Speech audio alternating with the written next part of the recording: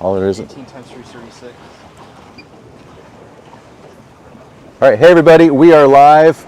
We are going to give a little 5-minute countdown here and give people time to get logged on.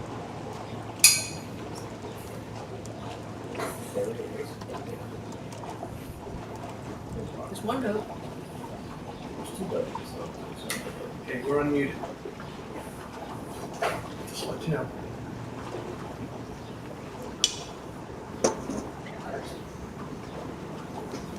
Because people will start getting emails in a little bit, and they'll start to.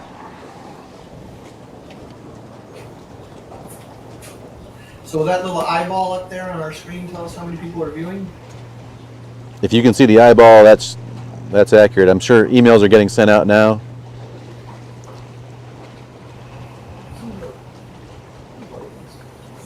There's a delay, however, for it to actually show up on YouTube.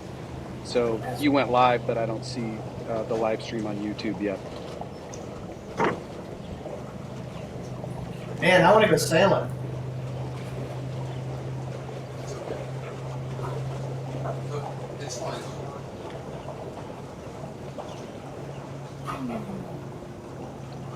Now it's live on YouTube. You know what?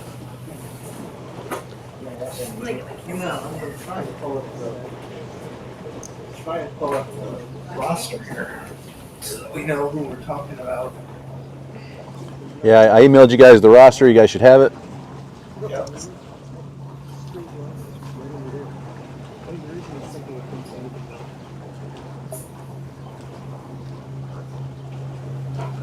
They're setting up the starting line right in front of us, guys. This is going to be nice. We're going to get.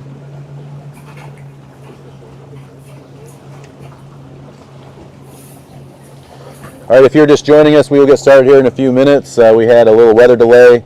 We had a thunderstorm pop up, and we just, for precautionary, they didn't send the boats out and let it pass. But everything's looking good for the racing here coming up, probably in about 15 to 20 minutes.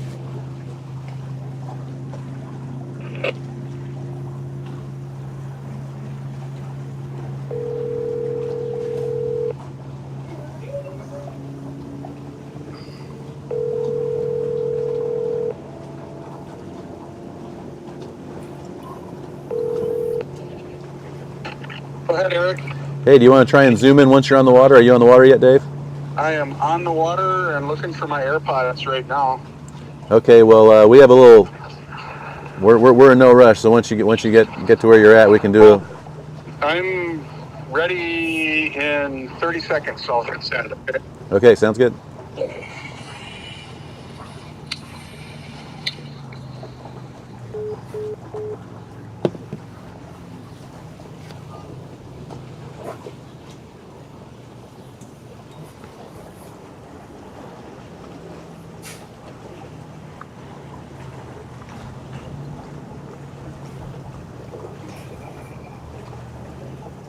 Eric, are you flying the drone at the same time as commentating again today? Yes. Sounds like fun.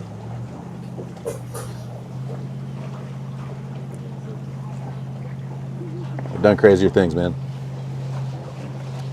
But I got a good view of the race. Cockpit. I got a good view of the race course. We learned a few good things yesterday. My audio is better. I got a view of the race course while I'm flying and while I'm landing. I have.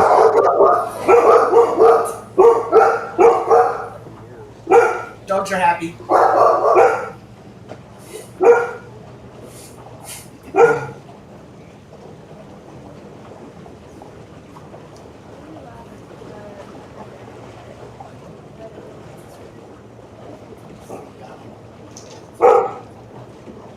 I have 45 seconds to go time, right? Get a beer.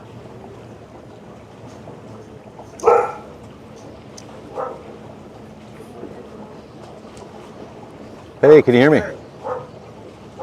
Sure can.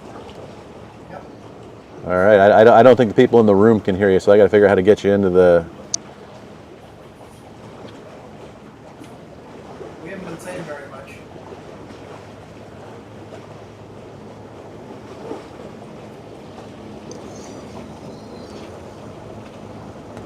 Eric, where is this camera? Is that the end of a dock?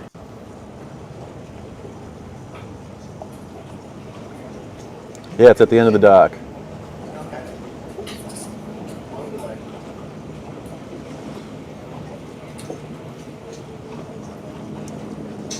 Okay. Okay, everybody, welcome to the live stream here. We are in Lake Monona in Madison, Wisconsin. We had a little weather delay because a thunderstorm popped up, and they kept the boats in there a little longer, but it's 10:30 now, and boats are heading out to the race course. Race course is set up right in front of us, right off of our dock. With us today, we have Tyler Andrews. Wave your hand, Tyler. Yeah, then we have Mark and that looks like Amy Linton in my small screen there. Say hi, guys. And then we have Kevin. Jeff's probably lurking in the background drinking a bush. And then there's Kevin. Is that Kevin or Kendall? Kendall. Sorry, Kendall, you're really small on my screen right now. We have Dave Gorowitz on standby here. I'm going to try and figure out how to get him onto this from our Zoom. I'm here if you can hear me. I can see you guys, and I can see a picture of me up there too. It's scary. Well, hang tight. So how is this working? Is that the drone camera? No, that is a professional camera just sitting on a tripod right now. We have Paul and Crystal from Stegmeyer Photography out of Peoria who are helping us get some good shots here and helping us solve crises, which are certainly, they've already happened, which I'll tell you about in a second. And so we have a team here to bring you the action. We have at least one, maybe two drones that we'll be able to get in the air, and it should be good. Watch some races. Yeah, I'm going to try and get Dave Gorowitz on here. Hang tight. I'm moving him in from a... I'll assign him to camera C.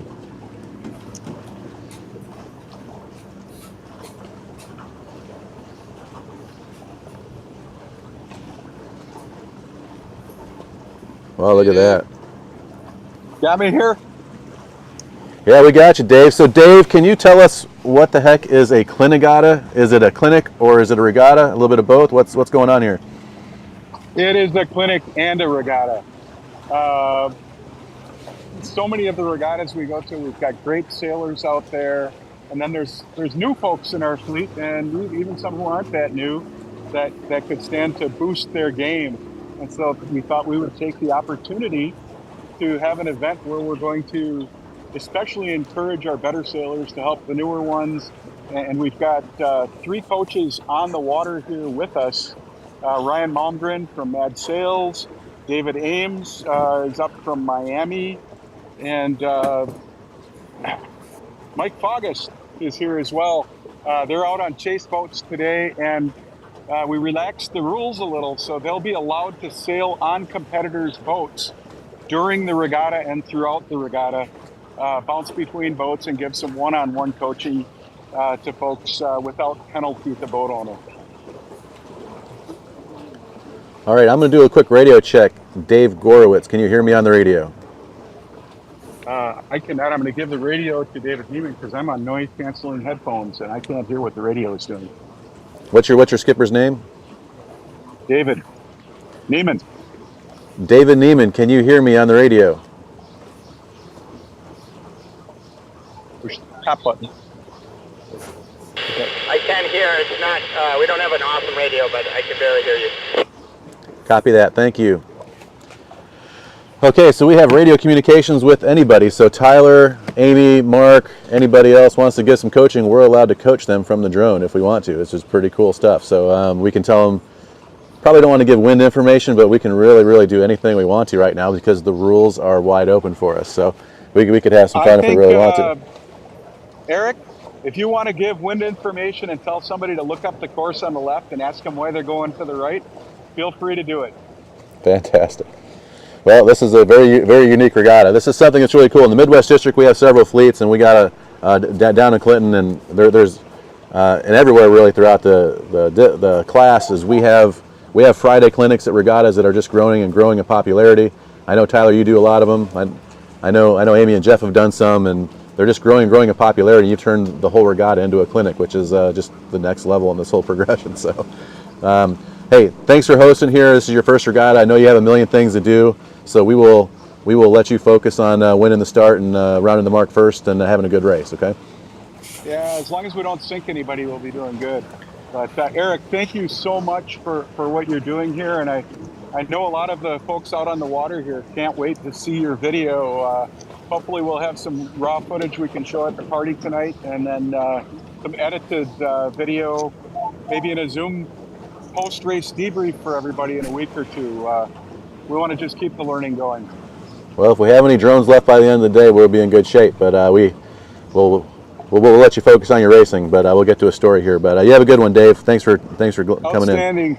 See ya. Bye. Have fun, Dave. Hey Eric, you should make an announcement if anyone sees a drone to pick it up. I know for a fact they sink. So. Salt in the wounds. Sorry, man. Yeah. Oh man, I just saw it out of the corner of my eye. I think we're gonna get a grief counselor for Paul here, man. It's a tough one to take. I feel really bad for him. There's no jokes I could tell to make anybody smile right now. It's that kind of mood right now. So we might need to go get a bottle of something. You know, there's only two kind of drone pilots, right? I know what it is. Those who have crashed, and those who will. Yeah, no kidding. The first time I crashed and sank a drone was when I forgot it was up in the air. So that's just got distracted. No, we have more drones. Eric has more drones. The man's prepared for this. He's just bummed he lost a drone. It's a $1,000 hit. Well, we have Paul here. We have a secondary drone. We have at least 3 flights with the second drone, so we should have 2 drones in the air for the first start. You can see the leeward gate through the camera right now, and they should be setting up the starting line. What I can do is I can tell you the course. Let's see here. This is going to be our course for the day, and the starting line is setting up right off of our dock right now.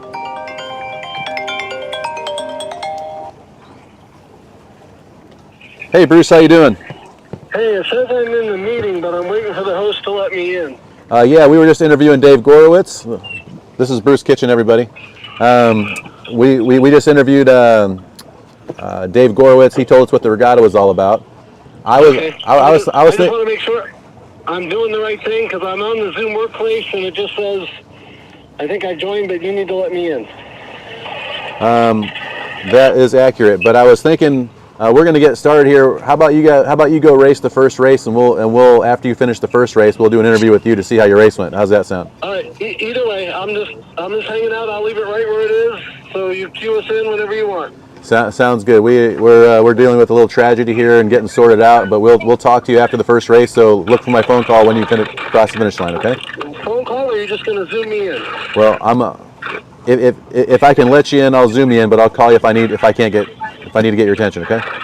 Okay. Talk to you soon. All right. Good luck. Bye. That was Bruce Kitchen, everybody. Okay, so this is our course, and they have different variations of the course, depending on the number of laps, and we'll wait and see what they post. But overlays, okay. All right, so windward lewards, huh? Finish downwind. Pretty clear there. Looks like upwind finish, according to the top. Or a downwind finish. I see that now. Great. Oh, I see. Yep. Number of legs. So they're just going to post a 3 if they want us to go to windward, leeward, and then back to windward, and a 4 if they want us to go windward, leeward, and finish downwind. Is that how they're doing it, Eric? Yes, I believe so. Number of legs. Well, I have some overlays here that I'm trying to find on my screen. Just bear with me. So there's different courses. So when they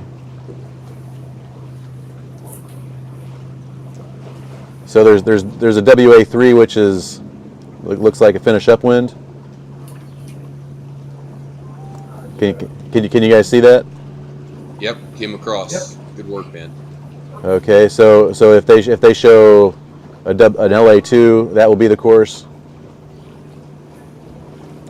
I'm sorry I couldn't remember this stuff. My brain's too small to remember this stuff, so that's why I got it ready to pop up if I need it. So,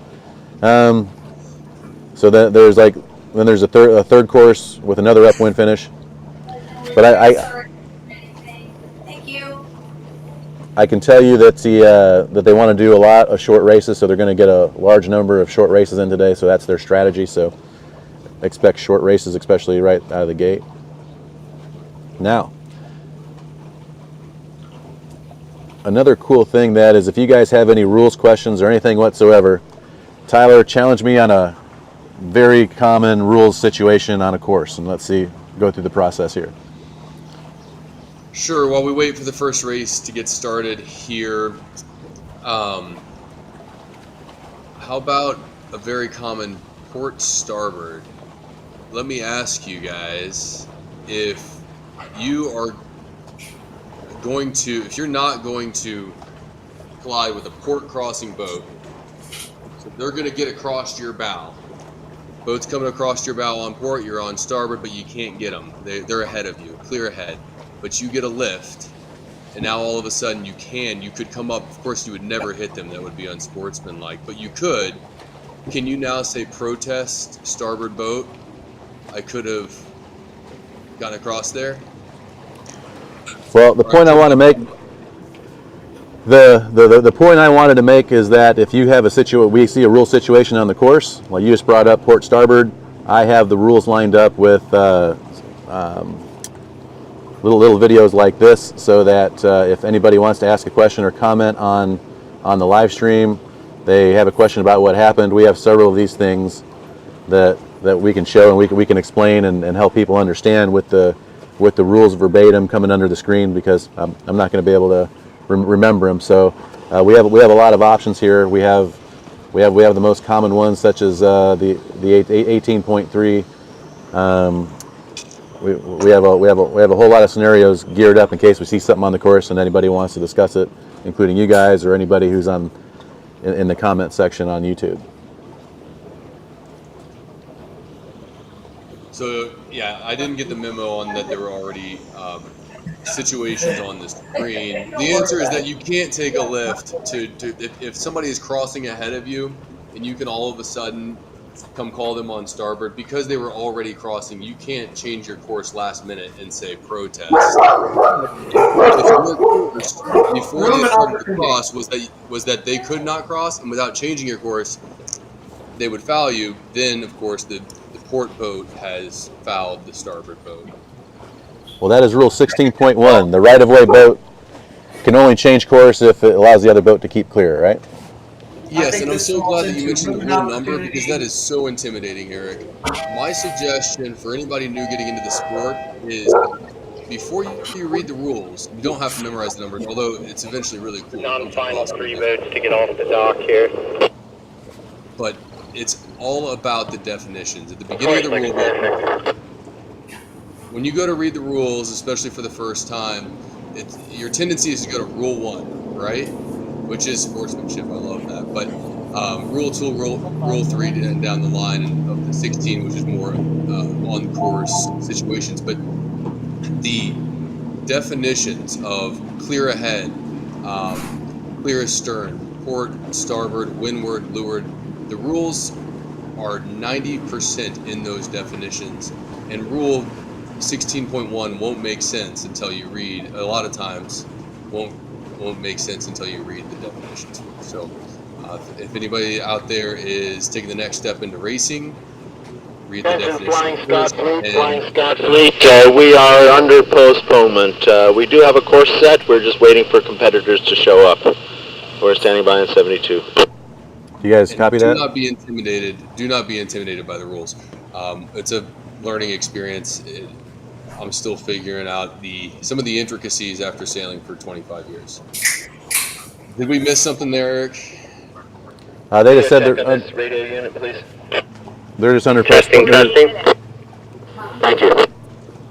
They're under postponement. Last boats are making their way out to the course, so we'll be getting ready to go soon. I think in your scenario there, Tyler, it's also about keeping your friends friendly. Keeping your friends friendly. Yeah. Yeah, I'm glad that you mentioned that, Mark. Of course, so what I try to practice when not in a stressful situation is being polite. You know, I think that it's important to uphold the rules and see people, you know, spinning turns if they foul. If I foul you, you don't have to tell me protest. I'm gonna spin my turns, and if you're to lure of me, I don't want people to know how nice I am. I don't want to be taken advantage of. So I'm gonna quit talking. Hey, Stacy, what's up? But my point is, be nice about it. You know, and so that's a great point, Mark, and thanks for making that comment. Can everybody hear me okay? We should do a quick mic check before the races get started. You sound great, Tyler. And one thing to note, and let's talk the scenario through. Let's say you did that. His port tacker's reaction is to tack right on your lee bow or on your bow. Is that really what you wanted that boat to do? Great or did point. you want to keep going straight? You really need to. It's a chess match. Think ahead. Don't think 3 feet ahead. Think, where's your next tack? What's your next move? Oh yeah, and that is Yeah, we're on. We're live. The unwritten rule of tack or cross. So you can, you know, maybe say starboard. If you're going to hit them before taking a lift, if your course has you colliding with the port tack, Oh yeah, hey, it automatically. Until you tell it not to. I am so sorry, Tyler, but Stacy just dialed in. Okay, they're acknowledging us. Hang on. No, I don't want video. Hey guys, can you hear us? We can hear you. Can you hear us? Yes, we can hear you. I have earbuds in, so David and Leah cannot hear you, but yeah. We are under postponement. I don't know if the drone is flying, but The drone is not flying. We're just waiting for the rest of the boats to get out and start.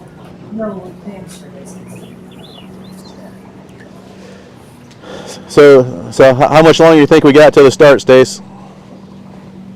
Sorry, say that again. How much longer do you think we have till we'll get the sequence started? I don't know.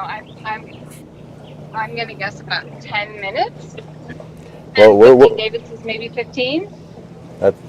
That's perfect. We're just getting everything started here. Are you going to be doing flags on the boat, or are you just going to be doing some video? What's your role?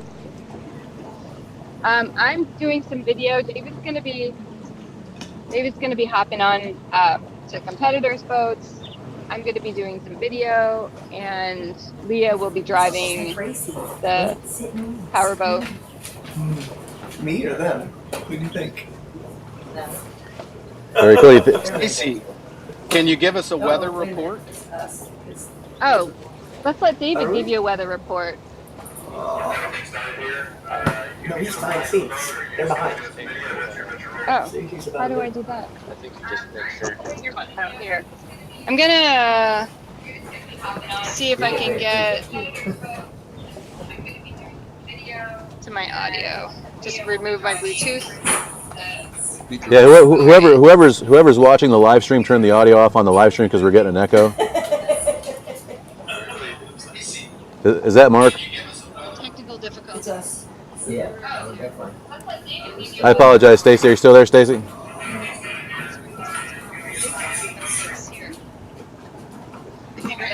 Go to your settings for your phone. Let me just put them in the case and see if that turns it off. These are Ryan's earbuds, so.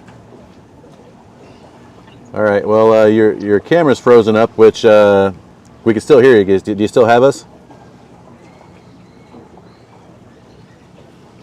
So while we get them in, I'm looking at a surface map, which is where I always start with my forecasting when I go to sail a race.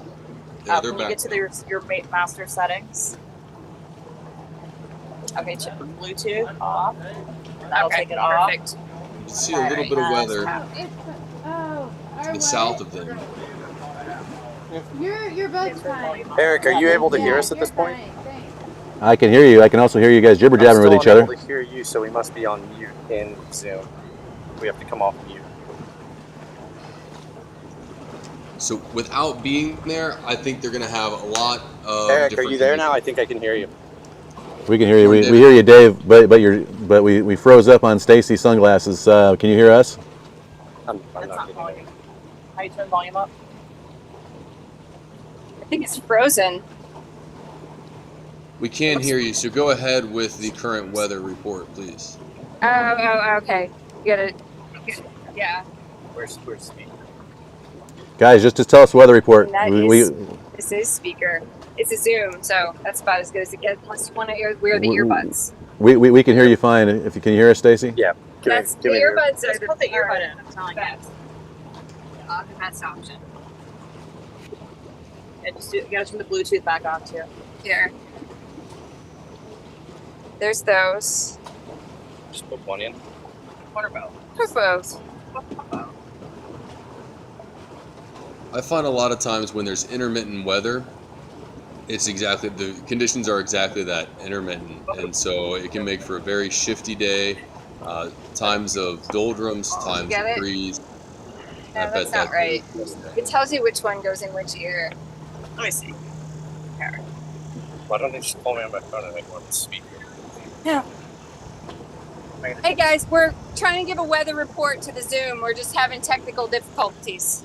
Well, Dave doesn't need to hear us. If you guys could just. Are you gonna go on? Do you have Zoom? It's right here. There it is. You do have Zoom. You have to get that. Oh my gosh. Am I frozen? All right, guys. We'll. I just guys cut him off. So. all we need you to do is just tell us what you see. Otherwise, hey, I missed a memo once already. It's gonna happen. I think things are gonna get really interesting here at the start of the first race in about 10 minutes, if that. No. And yeah, so when I forecast, Mark, let me ask you. Actually, we've got a lot of expertise over there, and so Mark, Amy, Jeff, what do you guys? You guys are all kind of one unit from your Lightning Worlds days and winning a couple of those, and then Amy and Jeff. Attention, Flying Scott competitors. Flying Scott competitors. Looks like we have a course set, decent wind, and boats out on the lake. If you could please convene down by the start-finish line, just below the leeward gate, we will get this regatta underway. All right, Tyler. We're gonna. Go ahead. We're gonna start getting ready for drones. So if you guys want to talk, I'm gonna unmute Stacy, and maybe you'll be able to get the action from the Stacy. Do you got me? Okay, I got you. I was trying to. Can you hear me? I got you. Oh, okay, good. I think we're good. Yeah, we've got wind out of the south. No. Sorry, man. I don't know. Anything Yeah, I you can can do? hear me, right? I just don't. We can see you. Yes, we can hear you and see you. Need a hug? Kind of. Yeah. Do you need a drink? When this is over, yes. Getting seasick.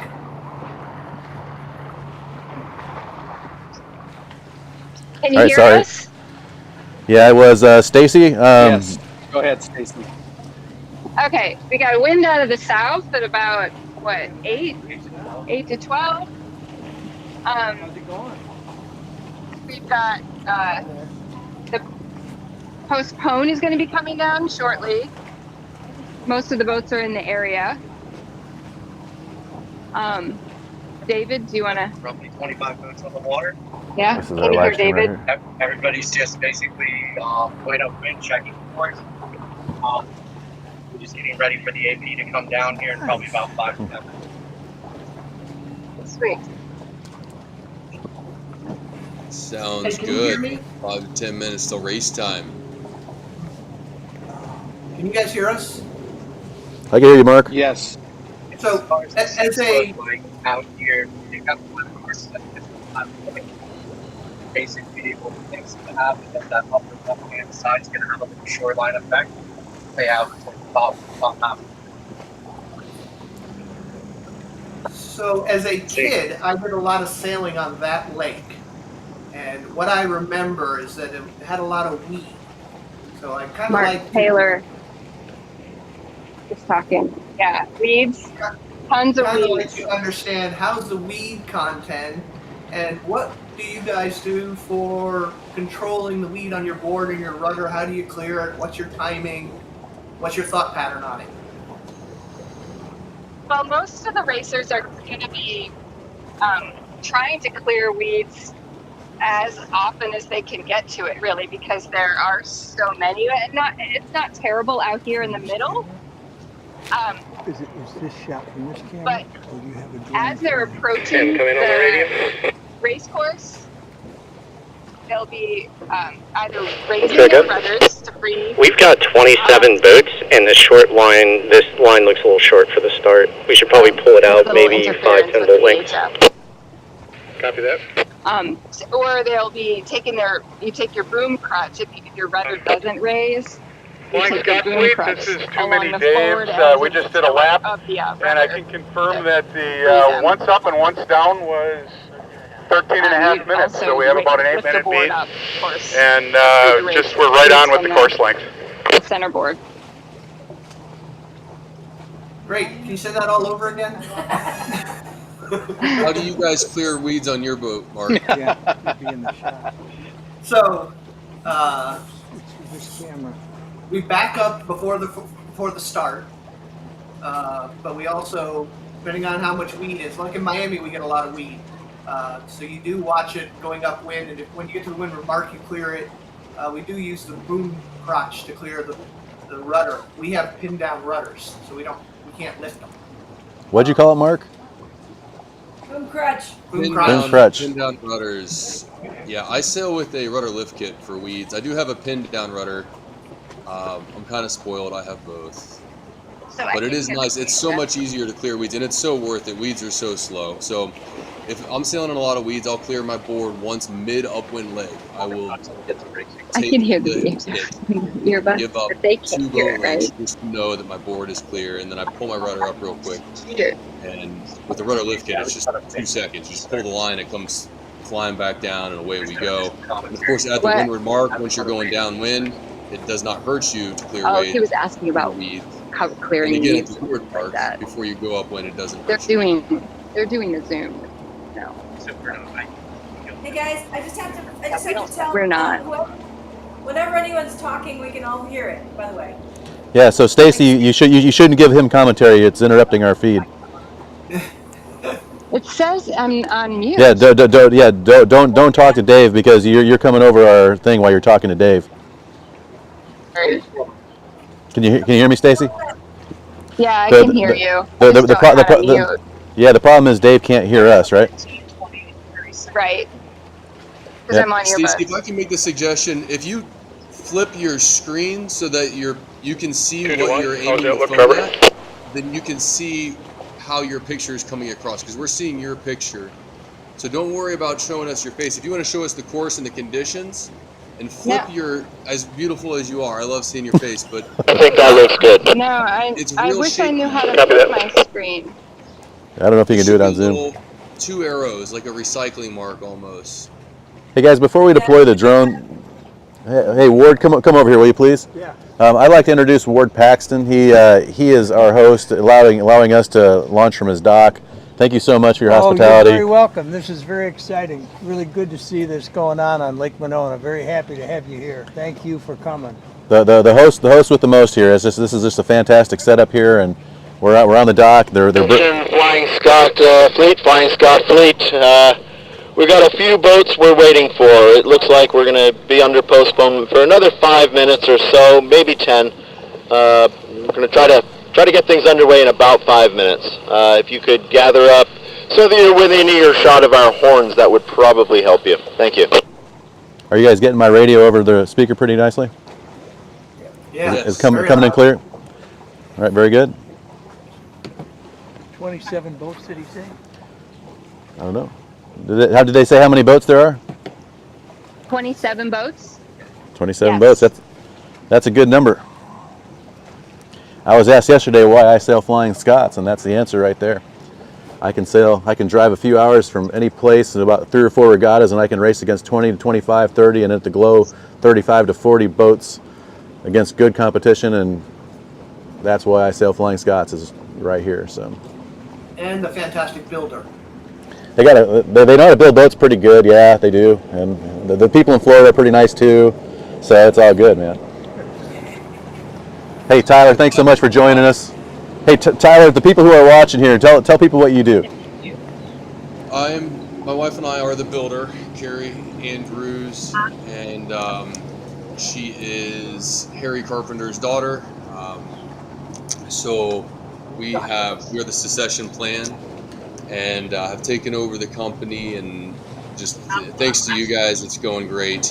We've been owners now since 2019, and we've been running the company since 2015, so we're almost up to the 10-year mark, which is huge, and we seem to just be getting busier and busier. Although we do keep having kids, and that might be part of the busyness as well. We're up to 3 kids now, 2, 5, and 7. Go ahead. The class has a lot. Lengthen the line a little bit more, just so you're aware. I think none. Copy. Tyler, question: about how many boats are you building a year now?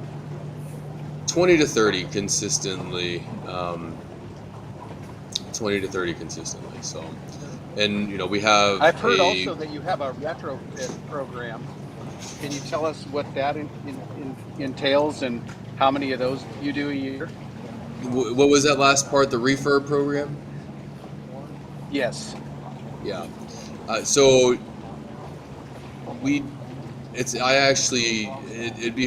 ebbs and flows. It's hard to say how many boats we refurbish a year. The repair room is the refurb room, so. I mean, it's 24/7 in that room, and there are years when we've had a 1-year wait back in 2021, and probably on through 2023, or at least the better part of 2022.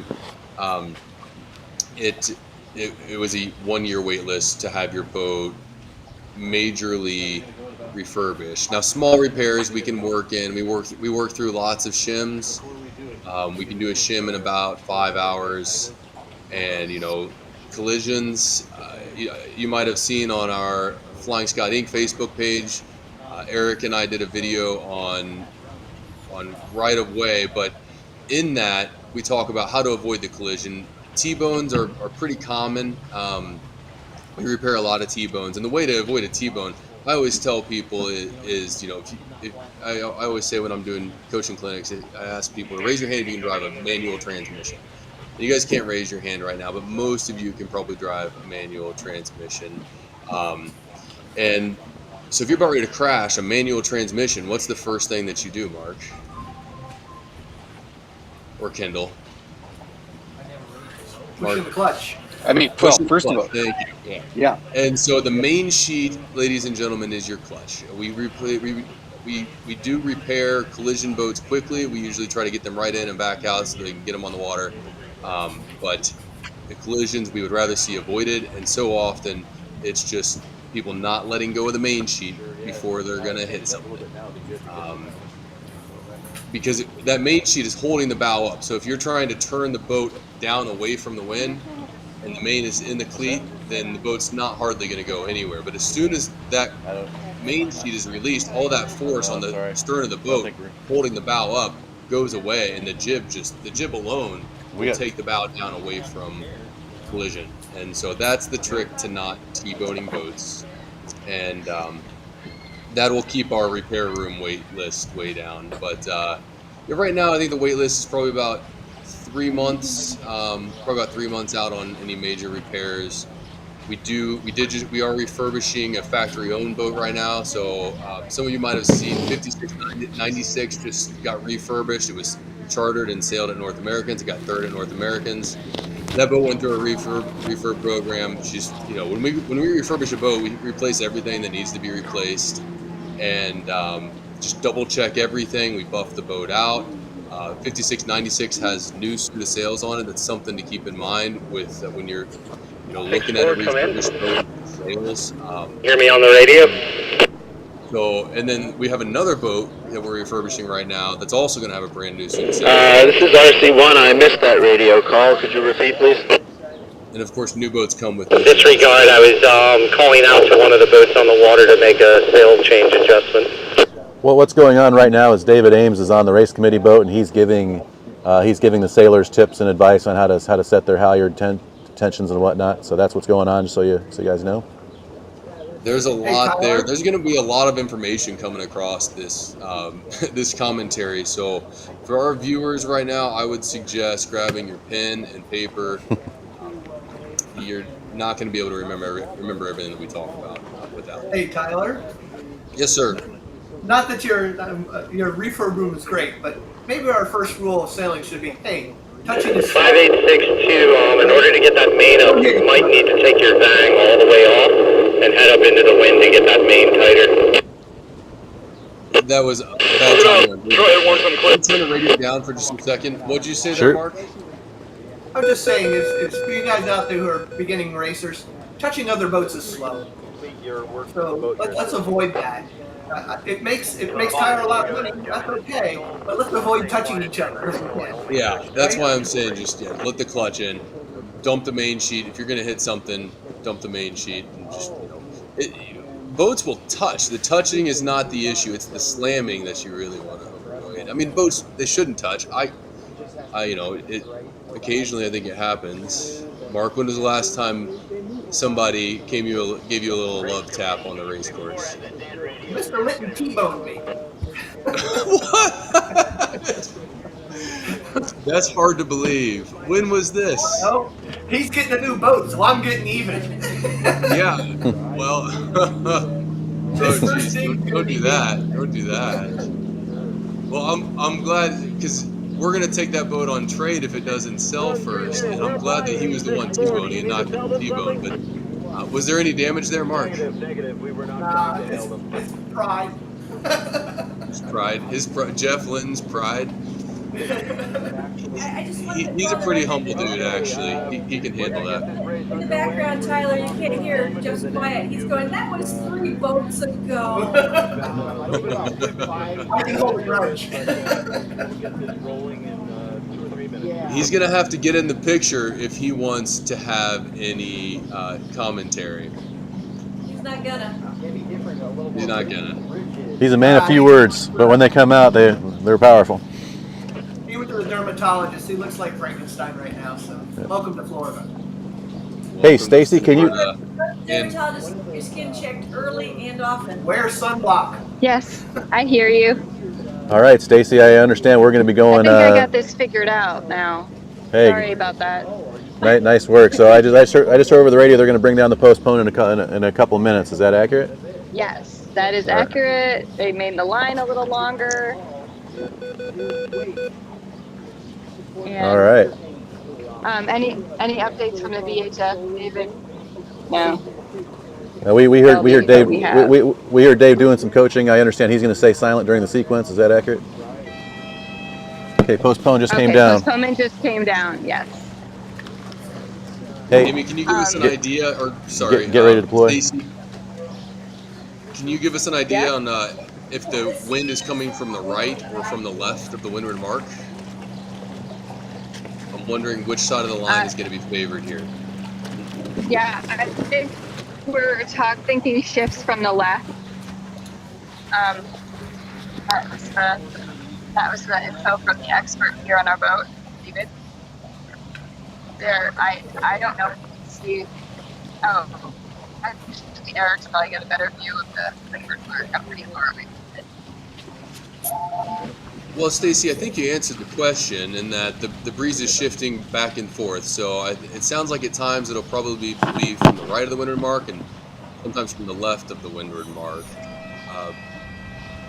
So hitting that first shift is going to be key because you want to be on the shift that's taking you more to the windward mark, obviously.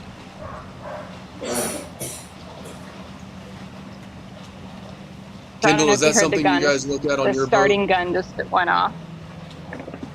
Absolutely. The 5-minute gun. Yeah, we're always constantly looking at which direction the wind is from, which end of the start line is favored. What we try to do is get a sense for which way the wind is going to be shifting toward during the day, or certainly during the beginning of the first race. And we're always constantly rechecking the wind as we're coming up, to the start line. So, yeah. Brilliant. I've begun using both a race timer and a compass separately for that reason, so that coming up to the 1 minute gun or to the start of the race, I can still grab a wind reading and know what my time is without having to hop between modes on the tactic compass and see what my time is, and then go back to compass mode, go into compass mode, get a wind reading. Of course, on a lake, you don't really need a compass.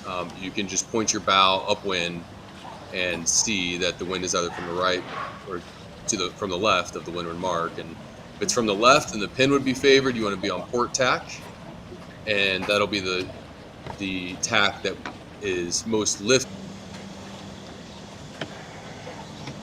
It's made That mark roughly to unlock this. Okay, give me 1 second. Let's get them settled here. Give me 1 second. Let's get them settled here. Shoot. I'm gonna.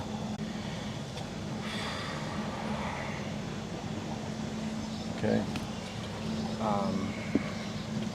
I thought we had that password in here. Hang tight. Okay.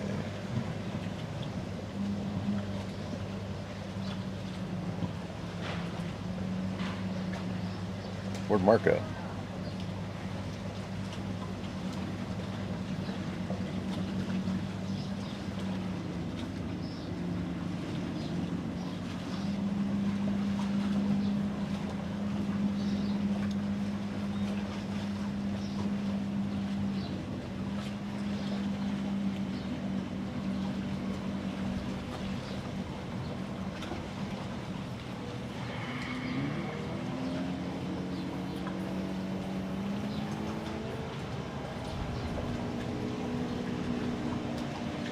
Did you guys get kicked out for some reason? We're back.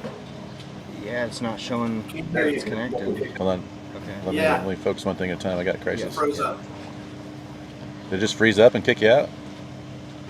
It's not very nice. No, it's saying I've got to be. I'm talking to them. Yeah, as soon as you went to the drone, it just froze up.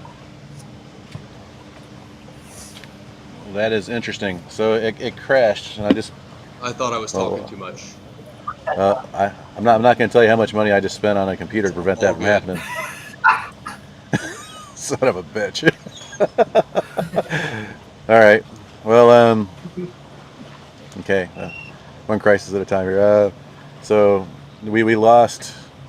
So it sounds like everybody after this needs to go to instructor.com.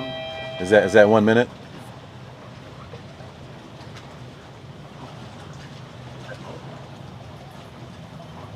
That would be, yes.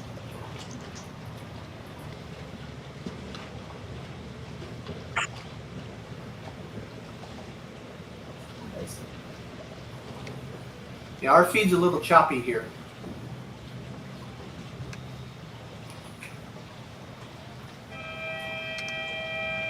That's kind of cool. All right, 2 boats on the line. Start 6130. 6130 is Bruce Kitchen. Of course. Of course, he came off the boat. And his knew him racing at a bench. No, that's his new boat. Yeah. This is actually a factory refurbished boat that he bought from us. It didn't have much use. He does have he bought a new boat from us, and that is his lake boat. He bought that boat in 2016, and he's keeping it on his lake, and this is his new travel boat. Sorry guys, bad flying here.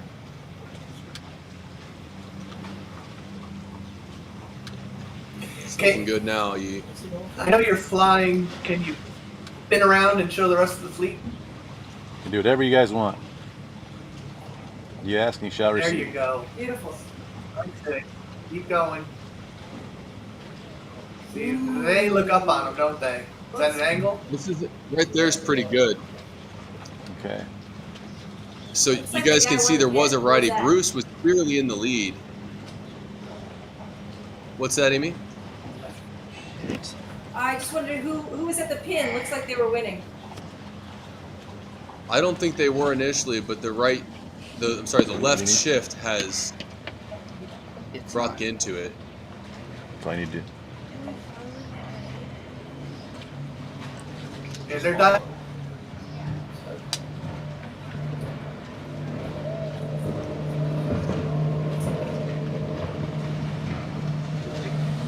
It All right, looks so like Tyler, Bruce's you're in bow this is position. down.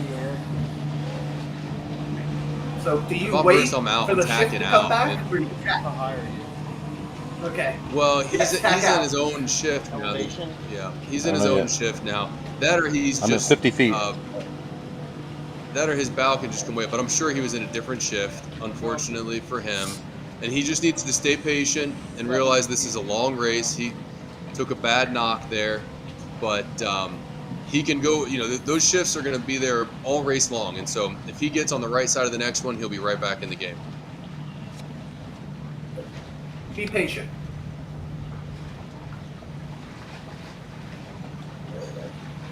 But as long as my bow was down like that, I would go ahead and hitch up to the lefty that you can see the race leaders are all in. They've got more breeze in the middle of the course too.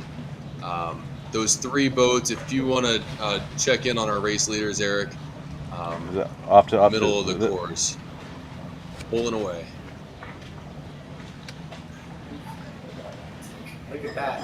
So now, if Four you were boats that in. guy, would you put the bow down a little and try and get over the top, or would you pinch up and try and get up to the guy to your left? This guy right in front here, yeah, there's a wind shear on this course. It seems like everybody on the right is getting knocked away, and the left boats keep getting lifted. So if you're on the right, you got to get over onto starboard tack and to the next shift. It's interesting seeing the race course from this viewpoint because we can see the wind shear, we can see the different winds on the course, and the boat up front here.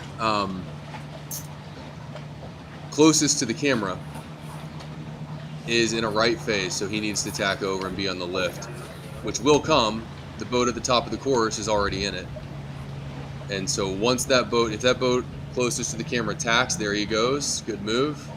Can you get up to the windward knocked mark? again here in about 20 seconds, and then he needs to tack over and get on the lifted tack again. Just got to play the shifts. Shifty.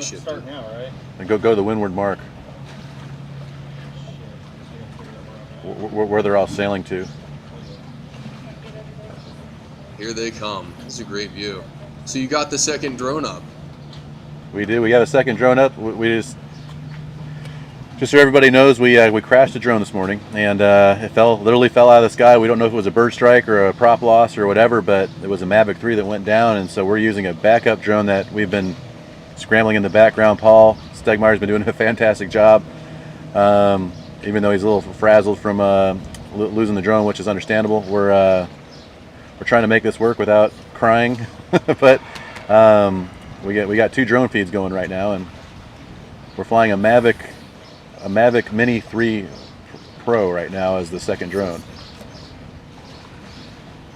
So this guy in the dark. It's been a big expense. We know. Thanks for putting this on, Eric. Just to finish my plug earlier, hold that thought, Amy. Sailboatinstructor.com is Eric's website, and he's the one funding this. and What's it your altitude? sounds pricey. Not just because of the lost drone, but also he's having every one of these. We don't want to lose. It sounds like, Eric, there's an expense every time you fly the drone right now. But we'll talk about that later. We're coming up on the windward mark. But Amy, what were you going to say? At all is better than no drone.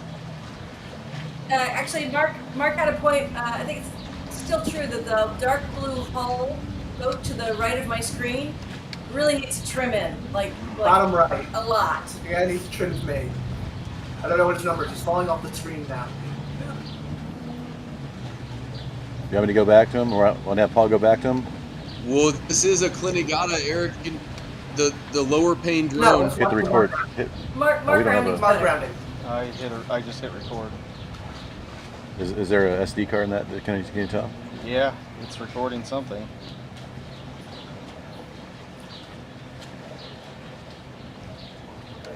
Is this our race leader on the way to the offset now?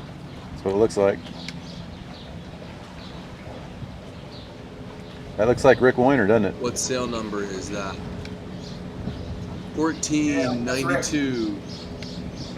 Is Rick or Susan Rick sailing? Warner out of Clinton Lake, sailing with Susan McIntyre. All right, Susan, everyone's watching this spinnaker set. Make it a good one. Don't crash. Oh, that was me. Never mind. Sorry. Sorry.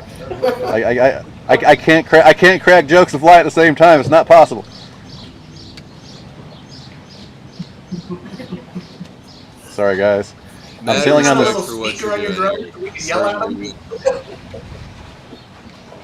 I almost crashed into him. That was a great Yeah, set. I know that spinnaker.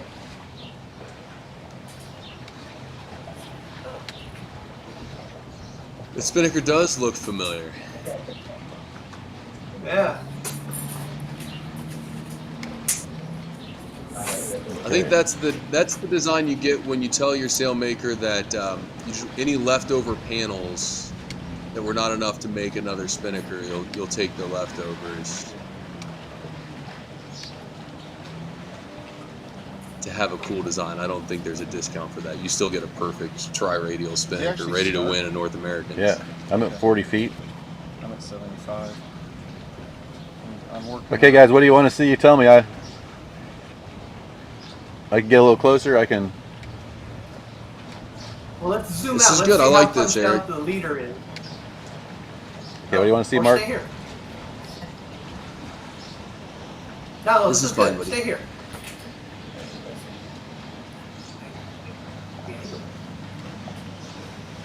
Yeah, all stop on the drone. So we can see the fleet dispersing here. Doesn't look like enough wind at the moment to sail dead downwind. Mark, do you want to comment on picking a jibe downwind and kind of knowing how deep you can run the boat towards the leeward mark? Come back. I'm right. I'm just watching the spinnaker. Well, I think, and I was curious about this because it looked like the wind shifted left, and these guys are I'm all gonna chase the leaders or stay on the ball. staying on that starboard jibe, which is okay. I get Go it. follow the leaders. Because that's the headed path. But see this here? See how the We screen's can't really shot? see the leeward mark. So Center the leaders. There you I go. think the important thing is to know whether you're lifted or headed coming into the weather. I'm not seeing what you're seeing. How deep you go So is you're- all about boat speed. Yeah, good point. If you're going with the current, come to find out, you got to sail high because. But anyway, that's just a lesson. So, Mark, you're looking at your lift or header coming into the windward mark to decide which jibe. All right. We're having some audio problems. You're breaking up, so I didn't hear your question.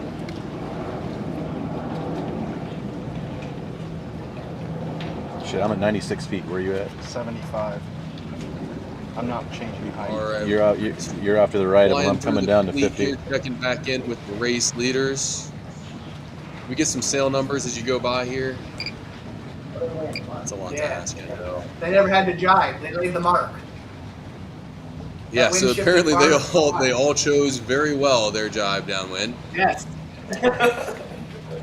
and I can Very well. guarantee you I that think they we'll were go not about this coming in on starboard to the windward mark, because that's what would allow for them to know that they want to be on starboard downwind to the Okay, which one's favored, guys? If that doesn't make sense, FlyingScott.com.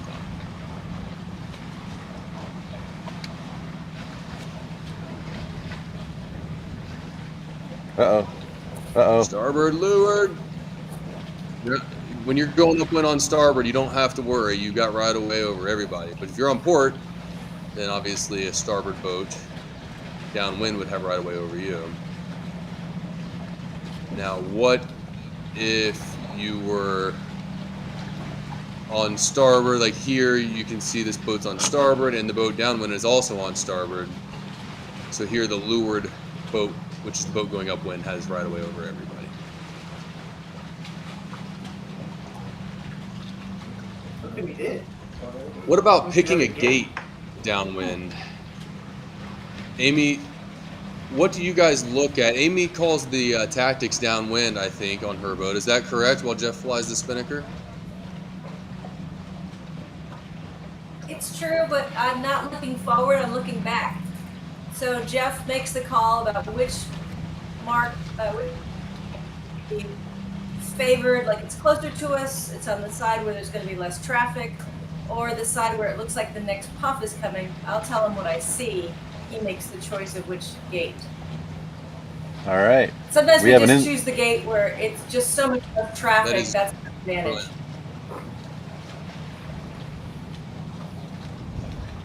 And why do they just real go quick the while other we're on gate? the subject, would you mind telling us?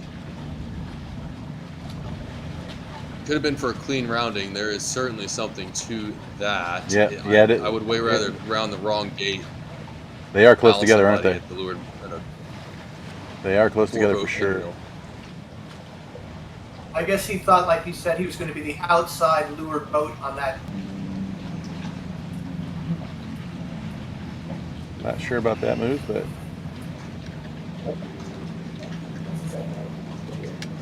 so we were discussing how to know how deep the boat can run. That's something I've been playing around with recently, is flying the spinnaker as the skipper, and that is exactly the reason why. Is because if the skipper has the spinnaker trims, then there's no need back and forth. There's good pressure in the spinnaker. We can drive deeper now. Now that being said, if you're in traffic, when I'm in traffic, I like personally for the crew to have the spinnaker, but if the skipper is able to multitask and sail around traffic while flying the spinnaker, it's a more direct, responsive feel of the boat and how low she can run. But it is imperative at that point for the crew to take the main, fly the main downwind, which is just as important, not to mention call tactics downwind, which is the most important thing.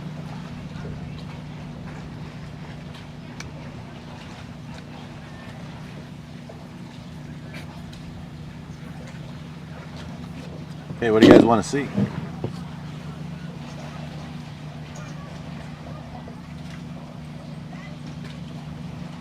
Okay, just want to say hi to some people. Hey, so we have a few people Eric? comment. A few people are comment. We got Paul coming at us from Lake Nakamixon. I don't know where that is, but you know where that is? Lake Nakamixon is outside of Philadelphia. Well, I don't know if I want to say at Philadelphia. It's Philadelphia or Baltimore. Joel Blades on from North Carolina. Hey, Joel. It's kind of in between Philly and New York.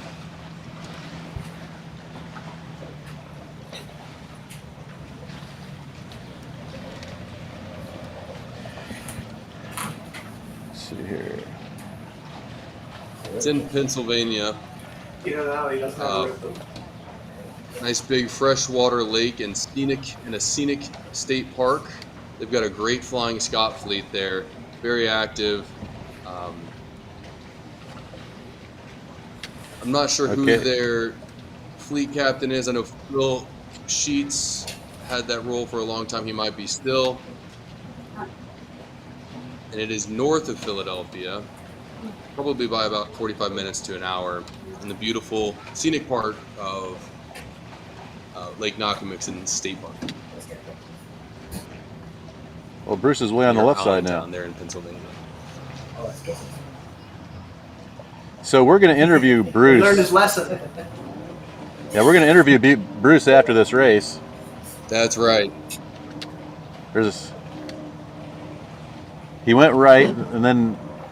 That's a real simple trick. Is if you don't know where else to go, if the left paid the first leg, then if you don't know what else to do, then just go where worked the first leg, or even upwind. If left worked upwind, I'm sorry, even downwind. If left worked upwind, it doesn't always hold true. It's better to understand exactly what's going on.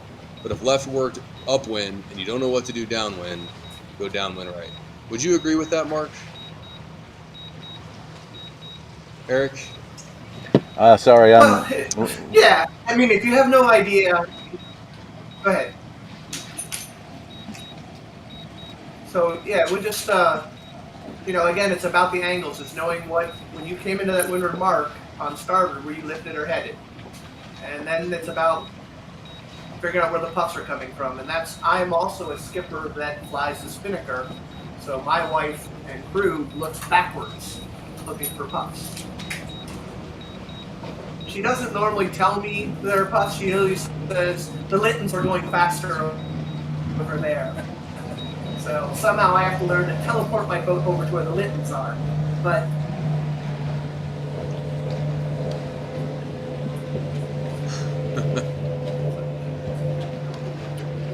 don't tell me that. One time it's definitely very dangerous to. The one time it definitely doesn't work to just continue doing what worked the leg before is in current. If current is the causing factor, then you're just looking for the shallows or the deep spots, depending on which way the currents go.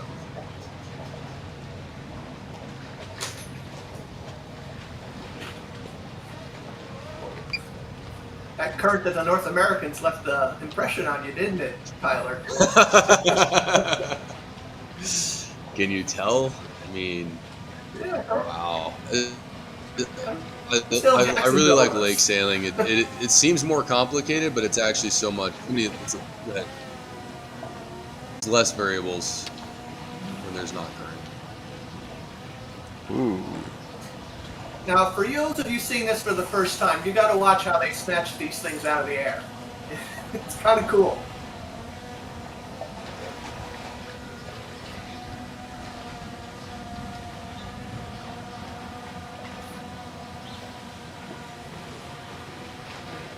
I thought we'd found live music there for a second until I realized what was going on. That is the AV booth,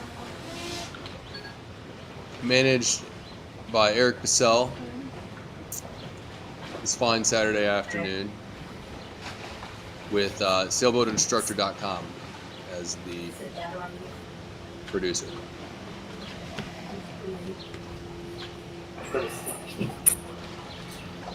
Oh, Paul has a lot more battery than I do now. What do you guys want to see? What? So that was it looks like the race that they finished downwind, huh? Although no, they rounded upwind. Here we go. We're still going. What is our course? This is the part of the race where I'm so guilty of like getting here and being like, oh shoot, what's the how many more laps do we have to go? It happens. We're at the downwind gate here still. The leaders are up the course already. I have a. Does anybody know what the course is? No, we didn't capture it. We didn't get that. We didn't get the course, but they're probably finishing downwind now. That's Mr. Moyer right there, isn't it? Recognize that jib anywhere. Hey, Paul, can you get the leaders? It looks like we got a race for first place. Must be good, my good friend Jim Moyle. Although I don't see him on the entry list.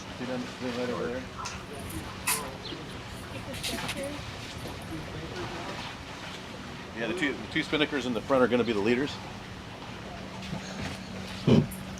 Surely coming back down for a finish. I know they want to keep the races short, so I would think that they did 2 laps. Okay, to you're the leader finish here. downwind When you and not jive, have Tyler. to move the starting line. start finish line.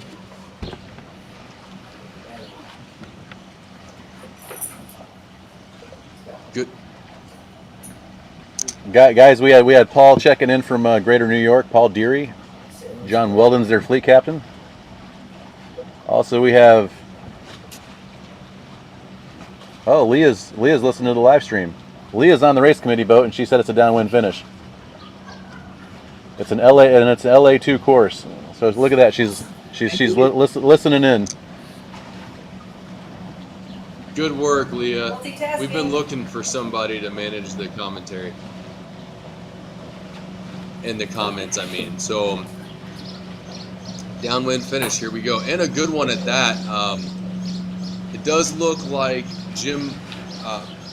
Richard Wagner is holding on to his lead. We do have some downwind crosses in store for us. They're going to have to jibe to get over to the finish, if I'm not mistaken. And so when they do that, these boats on the right, I think, will have a little bit of advantage in being able to jibe first. Although, I'm sorry, the boats on the right are going to have to be on board for coming across. So the Blue Stripe Spinnaker controls second place, I think, at the moment. Can you get the leaders over there by chance? Crystal? Yeah, you have them in the shot now?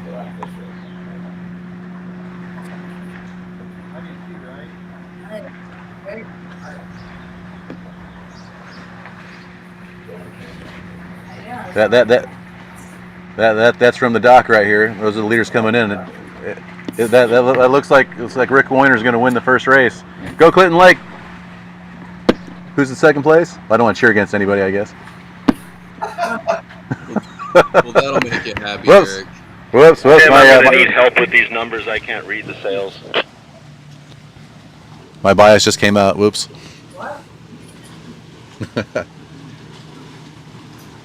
It's okay. 1482. 1482. Look at that. On Horowitz.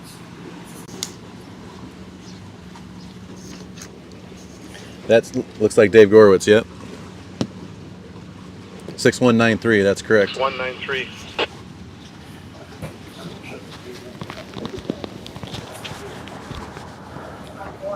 All right. So everybody, while you're watching, what do you guys want to see? If you're in the comment section, if you're anywhere, anything you want to see different, you ask. You might be able to get it. 6137. Michael Fogus in third Got place. it, thank you. Yes, that's very helpful. Some of these I cannot read the numbers at all from here. Just going after them. Tim, could you It's repeat been a that last great number, little please? race. Makes me want to go sailing. Hey Leah, if you're listening in on the live stream, would you please post the race on the comments next time and let us know what we're looking at? Tim, we did miss that last one you called out. Oh, Here comes Bruce for his after-race interview. All right, we're going to probably get him in here pretty quick. This is 6130. The Ohio State. Look at that. So Eric, how many races four, are we five. going to broadcast today? You tell me. Until we run out of batteries, or you guys get bored, or the rum runs out. Whatever you guys say. We're just here filming. You're welcome to stick around as long as it's entertaining.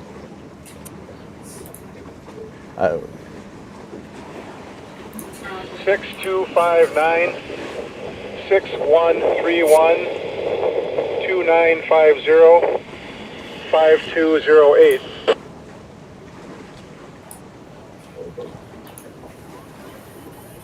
What a Thank finish. you, Tim. We kept up with you.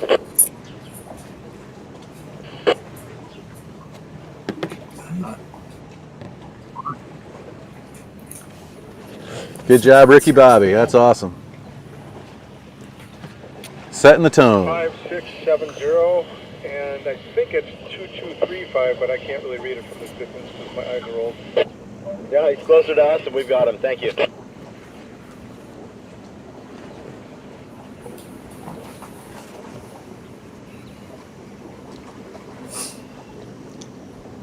So we'll get Bruce Kitchen for an after-race interview. It'll be interesting to hear some insight from on the boat.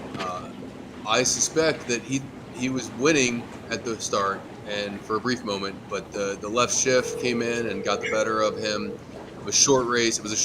He wasn't able to dig back, although he did. He came back to fourth. That's a respectable finish. Yeah, you want to dial into the Zoom meeting? Yeah, I think. Am I not dialed in already? You're not. Ben, come take this.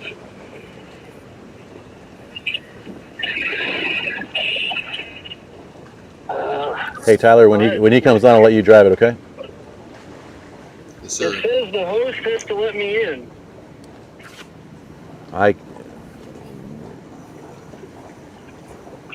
Okay, hold on one second. Sorry.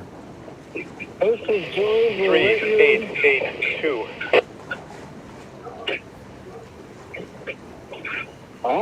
Something's happening. All right.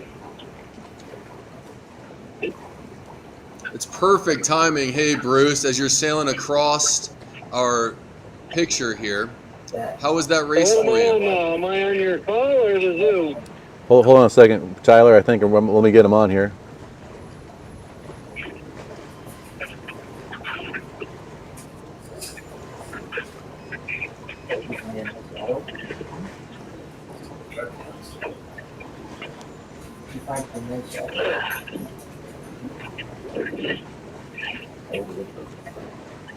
No, because we're on Zoom. Look at those legs. Look at those legs. Who's he talking about? Mine or hers? Well, I don't know. They're both sexy, man. Hold on. Only fans. Yeah. Okay, we're looking. Just so you know, we're looking at your crotches. Just so you know, Me on the floor of the boat. Let's get Lynn in here. If I could interview her, get in the picture. Here, take this again. Lynn, tell us, how did that race go for you guys? Lynn is not hooked up to microphone, so I guess I'll just if you can hear me. We got to start off the race committee boat end because like we normally do, and the line was fairly square up to about 30 minutes. 30 seconds I can before hear the you, start, yeah. then it did go left. So unfortunately, we got sort of left out to dry. Yeah, can you hear me? Eric, can you hear me? we can. Nice start. Just know there's about a 15-second delay, to make a 10-second delay on the Zoom for whatever reason. So Okay. just know it. So again, the left-hand side paid off. It became a little more favored, and the wind built from that side. But we also found about a quarter of the way, maybe a third of the way up the first leg, we got a whole bunch of weeds. So once we got those cleared and everything sort of filtered back out, we started to get our speed back under us. We stayed to the right-hand side coming downwind, and then played that left-hand side going back upwind. So we went from 12th around the first mark to 5th around the second windward mark, and then caught one boat downwind, so we ended up 4th. Nice comeback. What kind of, and that's interesting about the weeds. Mark warned us about those weeds out there. And good job clearing them. I think that was the key to your success. Bruce, what kind of wind conditions are you guys experiencing? You know, we're getting 8 to 10, I think.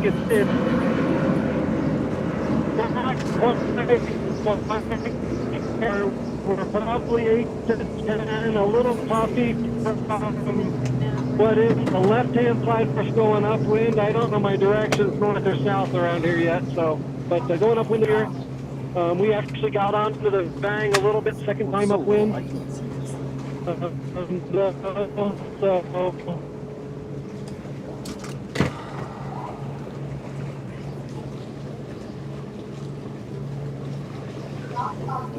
Hey, looks like they froze up. More and more.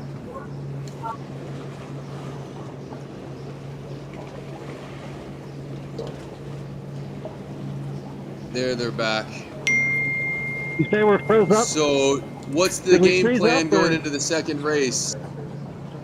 No, you're back. Second You're back. race, we're Good going to work. start. We're going to start on the pin this time, and see how that goes for us. Because I think right now the way they've got Never the seen course that. set, it's going to stay probably pretty full coming from the left-hand side. And obviously, we're going to check our board about a minute before the start, so we're not dragging weeds up the course. Well, I'm going to get this on camera if you're going to start at the pin, that's for sure. Bruce Kitchen at the pin. No way. Unless it comes way back, I think the left-hand side is just it's going at best even up the course to a little bit of left-hand favored. I think that's the cycle going through right now. I don't know the timing yet, but that's what we're doing. It looks like we still got about 3 or 4 boats coming downwind. Hey, Paul, there's 3 or 4 boats coming down to finish, and then they're going to start. So if you need, there's still one boat up Not- at the not yet. windward mark. Gotcha. Well, so this is the time to get some Cliff bars in. Get yourself a snack. A little bit of water. Wash it down with some water. okay, here's a PJ's chiming in. He wants to see somebody capsize. He wants to see I want somebody to see more capsize. Lynn. That's what know. So we won't go into details here, but I will say there are solutions for relinquishing your water on the boat for both men and women. And although Lynn would be the perfect person to chime in for that, I'm not going to ask her to do that. But everybody has their own method. I'm a centerboard trunk man myself. That's what Lynn is. And Carrie likes the bucket. No big deal. Just go down below and do what you got to do. Okay. It's only a vital function down there. I would like you there. All right, are we done? We are done. You go win a race, okay? All right, we'll talk to you after the next race. Go get him, buddy.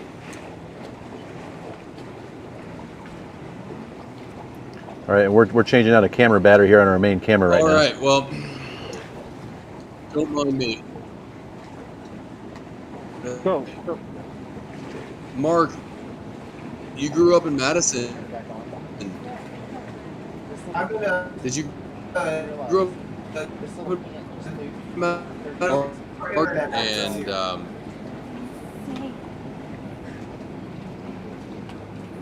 And I spent some time in Madison myself. It's probably actually what I buy personally, Crystal, is an itty bitty thing like this. They're too expensive to be crashing, you know. You can lose $500 in a curve, but you lose $1,000. There's a boat coming by us, so. Even that fast, you know what I'm gonna do? Okay.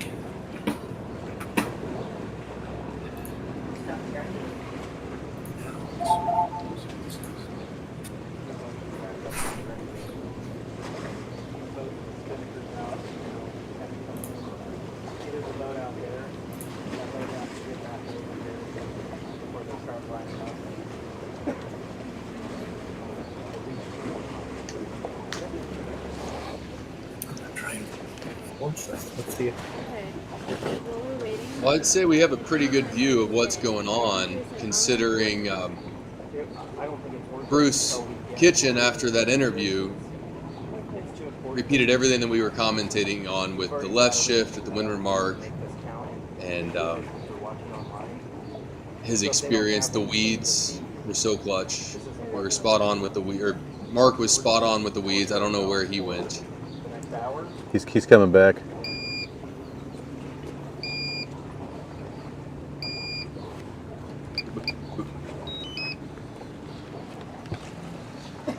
At the 2024 minute, 5. When they honk the horn, it's 2. When they honk, it's 5. But they didn't honk anything, did they? No. Stop. All right. Mr. Jones says the dual shots are awesome. Don't know who that is.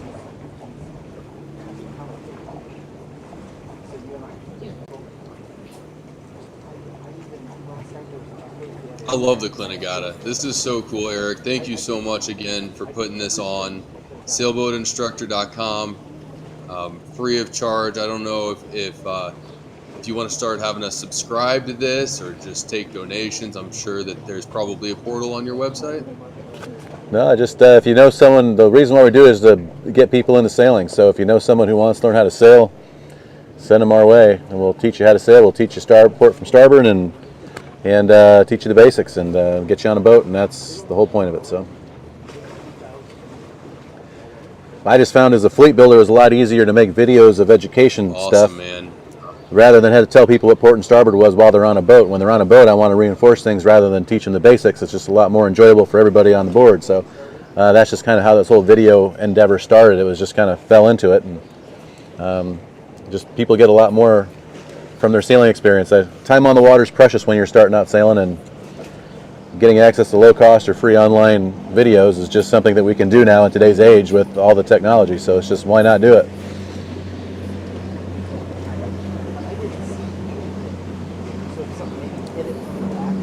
That's brilliant in so many ways. And I think it's important to note that this is... I always ask, when I teach kids, I always quiz them before I push them out on the water. Like, okay, so when you're sailing upwind, where should your sail be trimmed at? Did they horn? All the way in. I better hear them say all the way in. I don't push them off until they say all the way in. If you're going to hit somebody, what do? Let go of my... What's the start? Help you avoid a collision. 5 minutes. No, that's probably a 6-minute warning. It honked 3 or 4 times. You know, tiller towards trouble. If you're going to hit something, where do you steer the boat? Push the tiller towards what I'm going to hit. Yep. I'll let you go again first, so you're out there and comfortable. Okay, guys, we're getting ready to start another race. Can you hear me? Sure. You guys got me on audio, Tyler?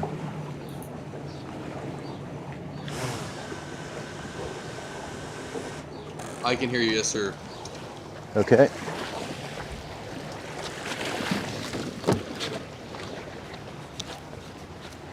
It looks like our viewership is going up now that people know Bruce Lynn are going to be starting at the pin. This is something they self-profess to never do. To their demise. Bruce and I were tied going into the last race of a regatta one time, and I knew before the race started that we had him because we knew what he was going to do, and we just made sure that we were lured of him at the pin. Didn't push him over. I don't want to play like that and push people over, but I did have control from the beginning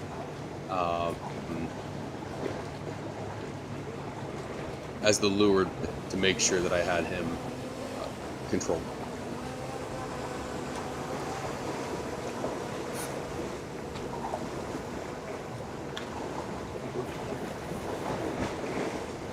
Hey Eric, don't forget that. Get that shot of Bruce at the pin. I just about lost my drone. Holy cow! Didn't see that little warning sign. I can. Hey, Paul, can you set up right at the pin, please? Yep, sideways, right? Yeah, that's the other side from the boat. Yeah. I'm at 36 feet right now. I'm at 43 feet. Okay, we're off. Just on the other side, right? Yeah, just go to the pin. We'll be fine on different sides.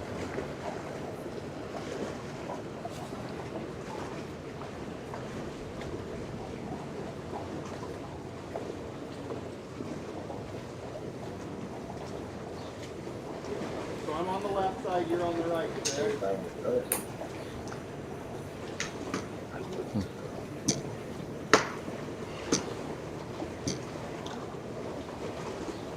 We got about 3 minutes left until the start. Race 2 of the 2024 Madison Clinigatta. Sorry, ignore this timer. Sorry, my bad. 3 minutes. Tyler, what are you doing?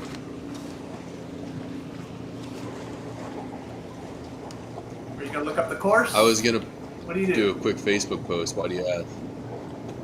No.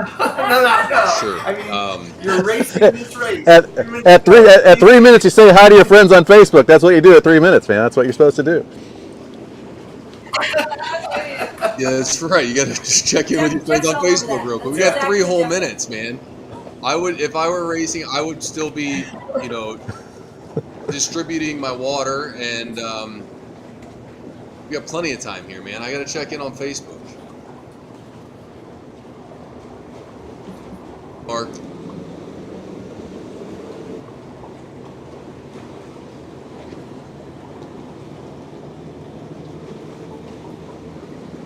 What about you, Mark?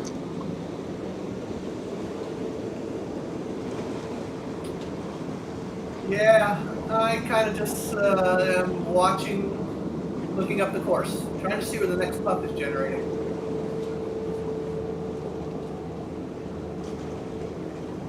So we still have time. At the 1 minute mark, the preparatory flag will come down. It's a good thing at 3 minutes or sometime in the sequence to look at that signal flag to see if it's a P flag or an I flag.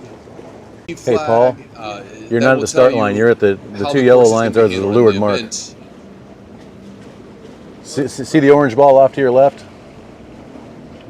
That's the pin. Hey, Paul, look to your left. In the event of a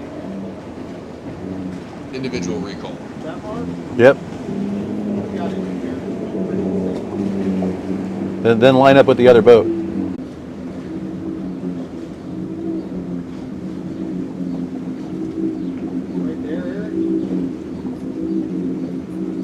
No, you're lined up the wrong way. The starting line's the other way.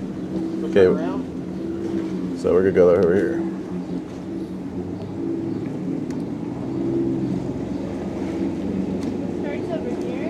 Yeah, you want to get all the boats that are starting and down the starting line. There was the one. Is it a race? There was just a horn. Why didn't they bring the flag down? That's a race. That was the start.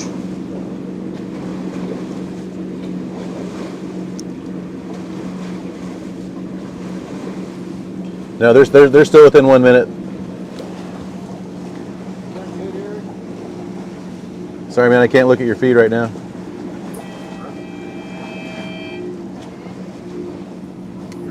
It's all good. There's the start. Okay. And away we go. Yeah, try and get the boat numbers in the lead in that pin side, Paul.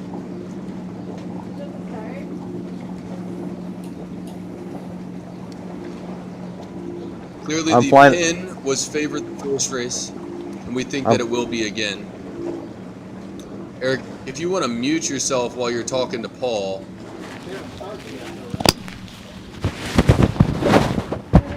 But I will say that these boats going off the pin, they seem pretty lifted on starboard, which would suggest that the boat might have been more favored this second start.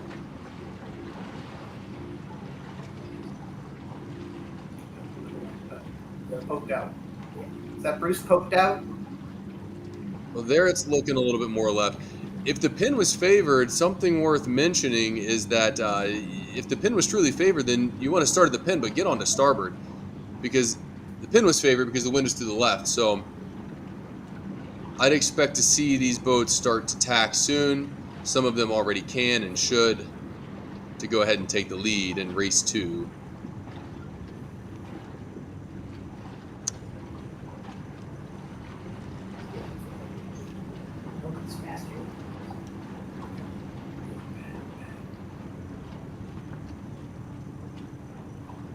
Is that Bruce out front on my bottom screen, closest to us? There he is. He did it. He started at the pin for the lead. Oh, well, we'll see if he crosses here. No problems. Uh-oh. Port tack in the fleet, ladies and gentlemen. Oh, maybe not. Maybe not. Oh, no. What is going to happen here? No. Did he turn? Oh, man, just a little bit. That boat was able to come back up just the tiniest bit. But you know what I will say is that he was looking like he was going to cross. And so this goes back to one of the rules we talked about earlier, which is that you can't change your course to foul, to cause somebody to foul. And that might have been exactly what happened there. Is that boat on starboard got lifted at the last minute, but it was too late for Bruce to do anything about it. And so the rules allow for him to require the starboard boat to hold their original course that was having him crossing. Would you agree with that, Mark and Amy?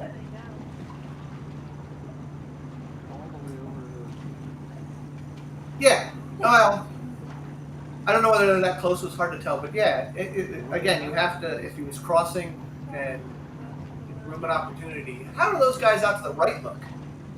If you're looking at the top screen, way out to the top of the screen. Those are the guys who came off the boat. Remember, you were talking about. Great question. Yeah, like we the did. Boat may have been favored. Yep. That's right. We did kind of think maybe it was right at the start.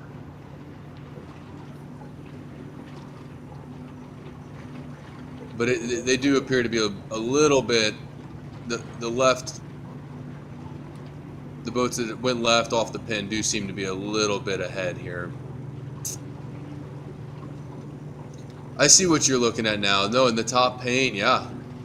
There's some boats launched right, too. Yep. We'll see that guy's coming across now. The started at the boat, they might have just gotten on the lifted tack sooner. That's the advantage. Even if the wind is left, the boat can be favored if it allows you to get, because there's not going to be anybody there preventing you from tacking onto the favored shift. So if you get on that first lift, get out right and get a knock, goodbye.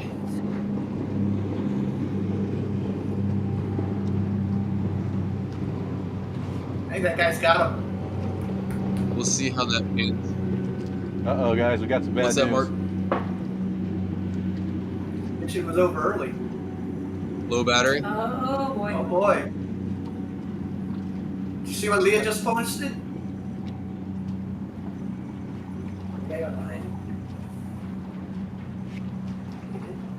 Oh, poor guy. Bruce Kitchen started at the pin. He's been working on that for a long time. He refused to do it, and that's how we get better. You know, especially in a regatta like this. But I always encourage people to be over the line early. I'm over the line early all the time. Like half of my regattas are probably fouled up a little bit by being over early. But I think that kind of aggressiveness is what it takes to get launched, and hopefully eventually I'll figure out how to quit doing it. Jeff and Amy, they seem to nail every start. They're right on it, and I think that hopefully for me that comes in time, but it's going to cost me being over early every now and then. Bruce Kitchen started at the pin. He was going for it. We just got word that he was over early. I'm not sure if he's aware.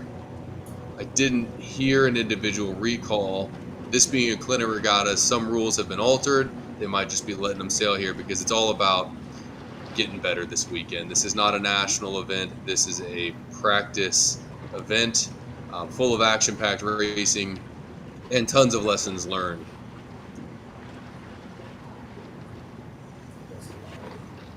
I usually get yelled at all the way home. I try and explain to my wife that, yeah, that happens. That means you're trying and learning. That doesn't, and for some reason she doesn't believe me. Oh man, that's part of the fun of sailing with your wife is that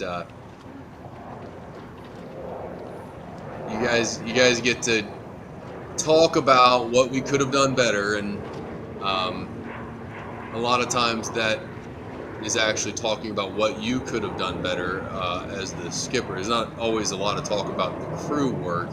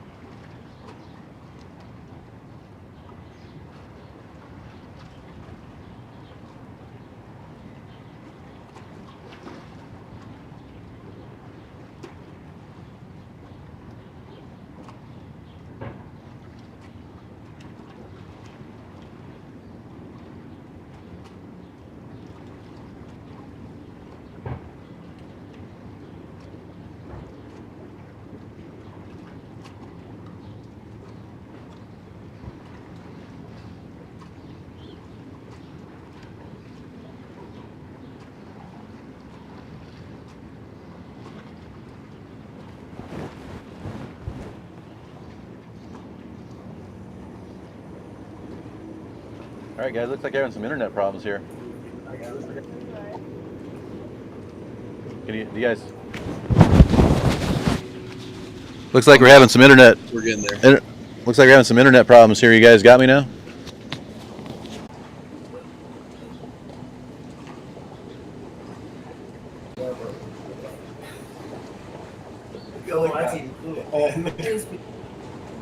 Yeah, you're jumping in and out. The video feed's working a bit though.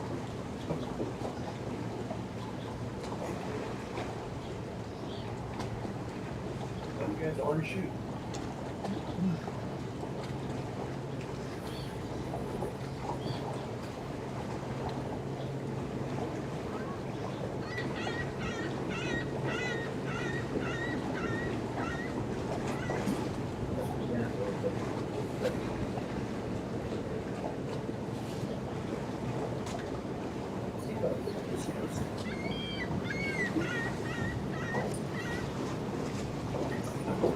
Yeah, Leah says 3 boats were over. All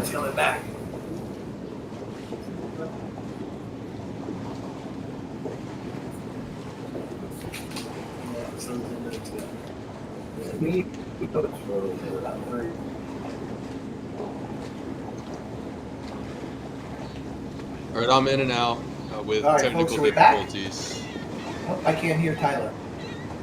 Yeah. What did I miss? What did I miss? Mostly You just everybody missed- going, can you hear me? I'm here. Can you hear me? Yeah, I can hear you now.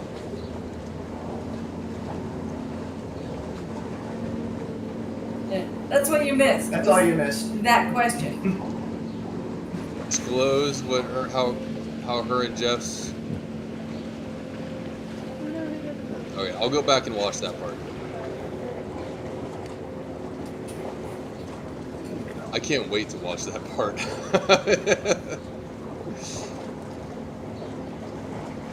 And I guess while we're talking about it, I'm gonna mention what I always tell my crew the first time I sail with them is that it can be loud, you know, when the sails are luffing, and so sometimes I'm not yelling, I'm just being heard. It can get heated out there. That's part of the fun of it, I think, for me at least. It's action-packed. It's not boring. And at the end of the day, we're all friends. We're all still married, for those of us that race with our wives. Well, you'll learn a bit about tone when you race with your children more. You're going to be a great skipper dad. Oh yeah, no, it's gonna go good. I already am. William and I are undefeated together. There you go. He's gonna be good. It's funny, Caleb was undefeated there for a while, but then he went sailing with Poppy, and he was zoning out, so Poppy wasn't able to get the win with him on board, and he learned the importance of staying focused and on the race, and I think Poppy might have been teaching him a lesson. Yeah. My goal is to get the kids their own boat so that Carrie and I can continue to sail together and the kids and get another boat on the line.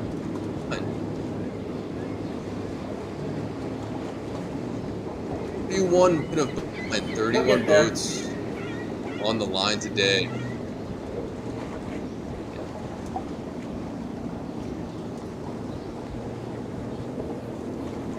How much the reasons? 864 could probably trim in more. Lucky? Can we look at a leader? Of the leader?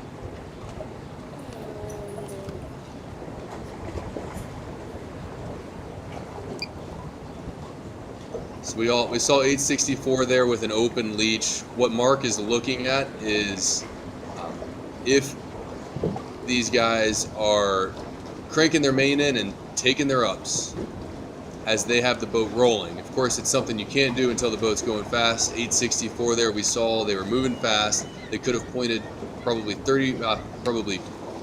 10 degrees more to the windward mark by just trimming in the main and letting the boat take her out. Just When wanting she me to slows land. down, Look at these two ease guys. it back out.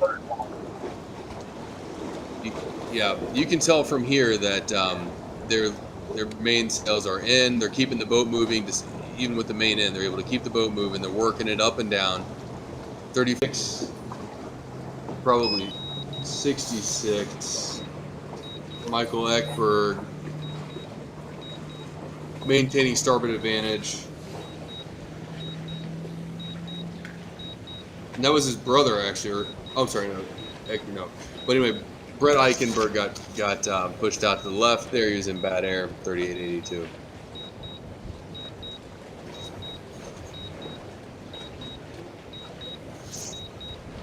And I might or might not just be making up sail numbers at this point to sound like I know what I'm talking about. But we're doing numbers and commentate as this race goes on, give some feedback, kind of talk about what we do on those just joining in, Mark Taylor and Amy Smith. Commentating in your top right, and of course Eric Bissell and I on the left of your screen. If anybody has any questions, you can comment here on the right. And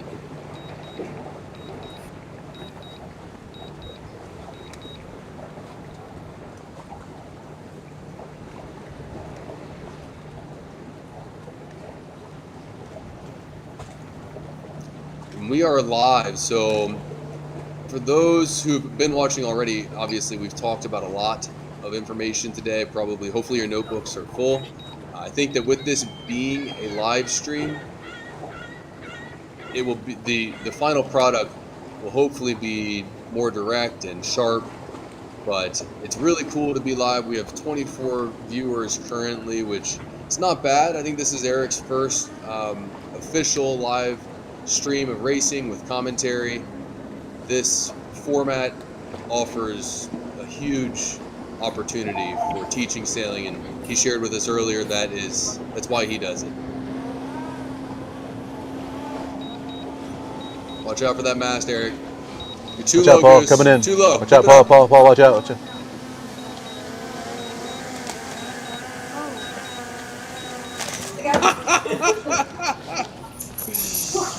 Crash and burn, man. Oh, he's Crash in and burn. Oh, you get wet? Yeah. Everyone, you can walk away from man. Watch out, Paul. Paul. What happened to Paul? Can we get a report on Paul from the field? Yeah. On its way to being over. I think Bruce Kitchen was leading it, but we know he was over early. We saw Michael Eckberg up there at the top, and we will hear from Leah shortly, and we're back. Wonderful. Still at the top mark, lots of racing left. That's Greg Gorowitz out in front there. Greg and Dave, I'm sorry, Dave Gorowitz, and his crew's name is Dave as well.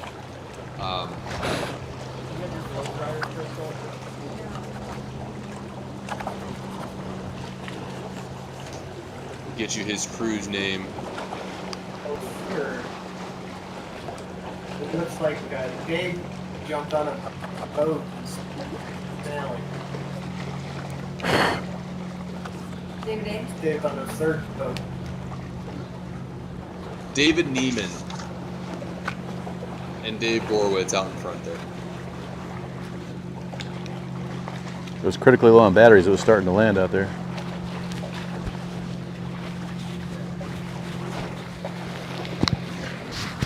We still need to know if Paul's okay. Don't risk it, Eric. We can commentate. We know our race leaders, and we saw that other drone come in. We never did hear if Paul is okay or not, but we'll assume he is. And we're confident that another drone will go in the air soon. Don't crash your drone staying out there. Good breeze. My goodness. It's beautiful, isn't it? I want to be there. We're doing pretty good with 18 to 24 viewers, considering you know, a lot of people are sailing. I know we've got racing at our club this weekend.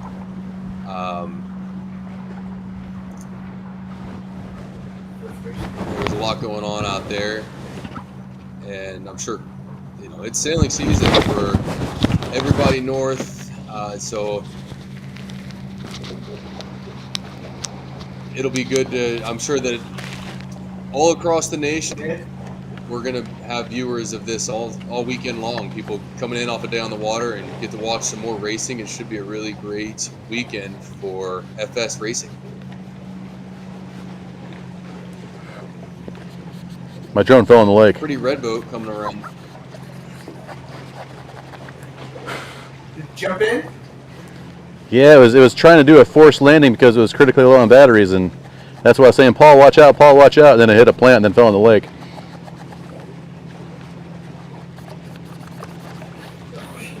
Oh man, I'm sorry.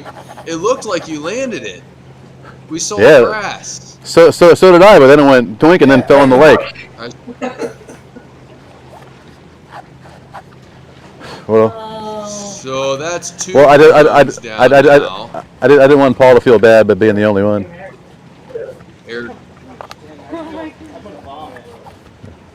I didn't want Paul to feel left out, so we're. Is that you think it'll dry out? We just I want don't to know. make sure Paul's still alive. You didn't want to hit Yeah. Paul, yeah. Well, that is No, good to hear. it went So, zzz. we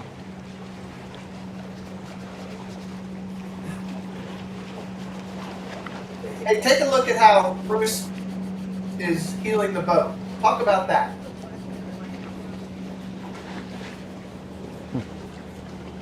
well, hopefully he's not, right? Because the rudder is just a big break back there.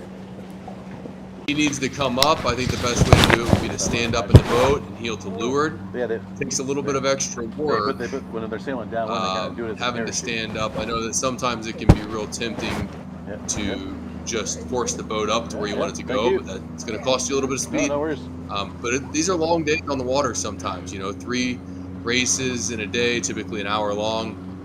If standing up is, if you'd rather save your energy, then there's something to be said for that. But steering the boat with your weight, standing up, heeling to lure to drive the boat up, and then heeling the boat to windward, and maybe trying to put a little power in the chute, which you should be doing anyway. Put a little power in the chute, a little ease on the main to drive the boat back down when you are able to. Did he overstand? Paul and headstay.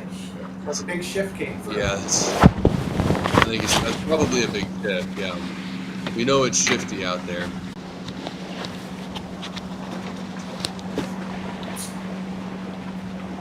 You gonna let him know on the interview? Yeah, that's a bummer. They gave him a horn.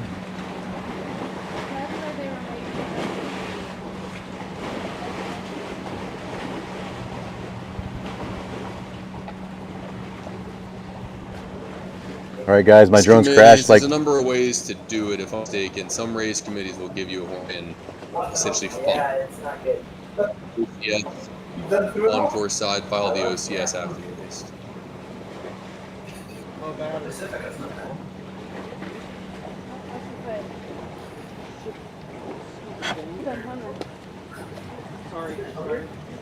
Kinda. I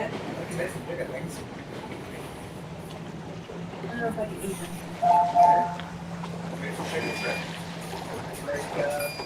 So you can see this is cool to see. They're Bruce and Lynn are putting their spinnaker on the other side, getting ready for the next race. Although they could have taken it down on that side to begin with, but they're getting it right, getting ready for the next race.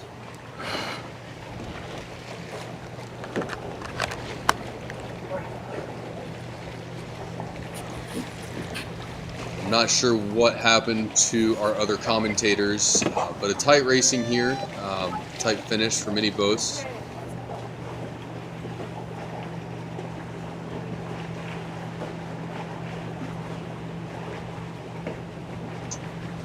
The finish line. 14, maybe 15 mile an hour breeze. 864. Sorry, that was 864. Planing across the finish line. Link Quinn and Fiona Rivers.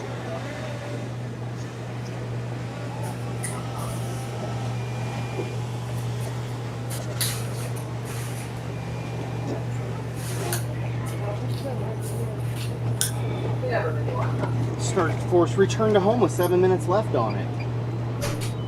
Gosh, damn it. I'm gonna vomit.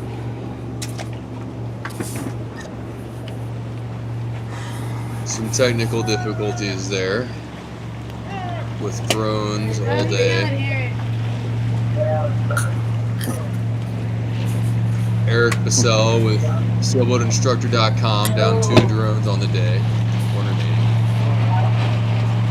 He came prepared. That's good. We're still live. Watching boats in between races here.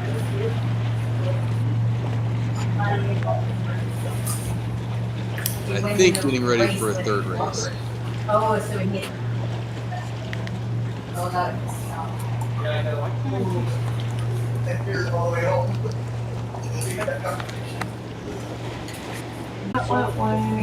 Start when they cross between the orange and the boat. That's right. You were lined up on the yellow at first. I didn't catch till the very end. I'm sorry. That's all right. And I'm sorry I couldn't put down my controller fast enough to swat your drone out of the air. I was literally about to die for it. What is? I got everyone coming to the finish line. So at least they What do you think ESC air means? ESC? Look that up, Crystal. Map shoot or air 2. ES. ESC? Yeah. No. It's a Air 2. Air 2S. But is it a Maverick? No. Oh shit! It's burning the motor up. It's toast. It just toasted it.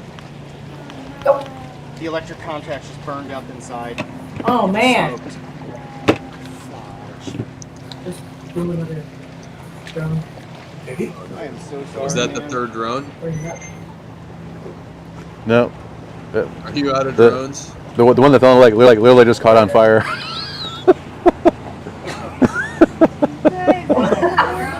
This is supposed to be a great day. Oh my god. It's like drone central. It started smoking. I had to drop it because it started flaming. It smells like smoke here. I looked at it and it just went boom. It was, it did. It started. Electrical contacts must have just went. Get away. Started smoking. You can smell it. Burn electronics. It means it's unable to provide. That means the main circuit board just fried itself, didn't it? It's the electric speed controller. Well, hang this one on a wall. That's crashed 20 times.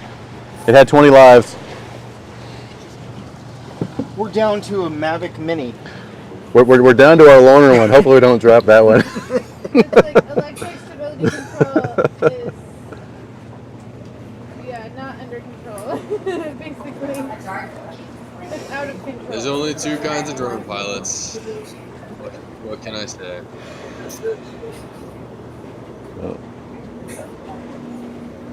Everybody needs to go join sailboatinstructor.com. Get your friends, tell your friends, learn to sail at sailboatinstructor.com. Eric has 2 new drones to buy, or he's big burned production companies. They just have a budget to buy a pile of them. we don't have that. That was my one for the whole year. No doubt. I can't buy another one. Maybe a Mavic Mini. Or Mini.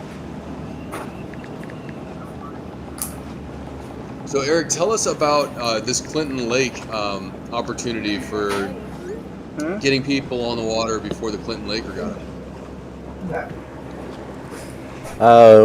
What do you mean by? What do you mean? Isn't there like a demo sail thing that sailboatinstructor.com is hosting before No, we are going to advertise. We're basically just making an open house. We're going to advertise to the public free sailboat rides, and just have the regatta racers give people rides who show up. Because we're there on Friday night, we're eating brats and we're having hot dogs. So we'll just bring 40 or 50 extra hot dogs and tell people to come. And the way we figured it was, it's like, well, we have all these people coming to these open houses and these introductory sailboat rides, and we're trying to tell them how great the glow is and how great regattas are. We figured, why not just show them that firsthand? And so we just kind of came up with that idea. We're going to give it a try. So talked to just a few people who are travelers even, and said, what do you guys think about giving sailboat rides prospective regatta racers? And people kind of like not doing anything else. So let's do it. So. Yeah. What are the dates? September I'm looking them 14th, up right now. 15th, 16th, I believe. Yep, the 14th and 15th. So the Friday before would be the 13th. If for anybody wanted to get in early and Do we got one more flight left in that thing, or is it over? get most of it. All right, guys, we got one drone and one flight left on the drone, so we're going to give you guys another start.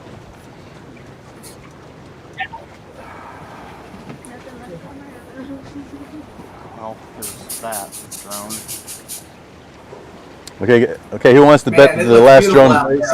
One more spot. What do you guys think the odds are we'll go home with a drone? Okay, Start a get it up. GoFundMe page. Go through about 1 hour, so it's 50-50.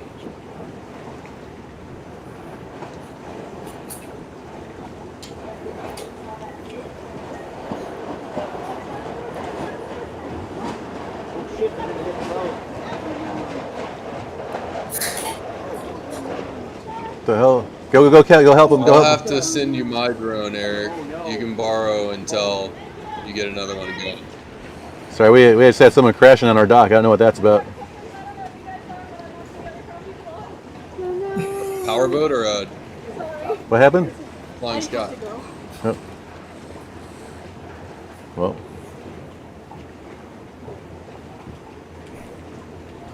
Somebody need a Band-Aid? No, someone needed to go to the bathroom.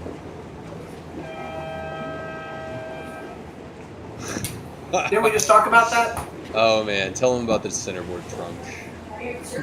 It was a female. Go for it. Mark is the expert on going to the bathroom on a boat. I won't go into detail, but he is going to Go to the share boat with us side. some of the many different options you have. Go ahead, Mark. Yeah, there's a couple of beers before I tell that story. Go to the boat side.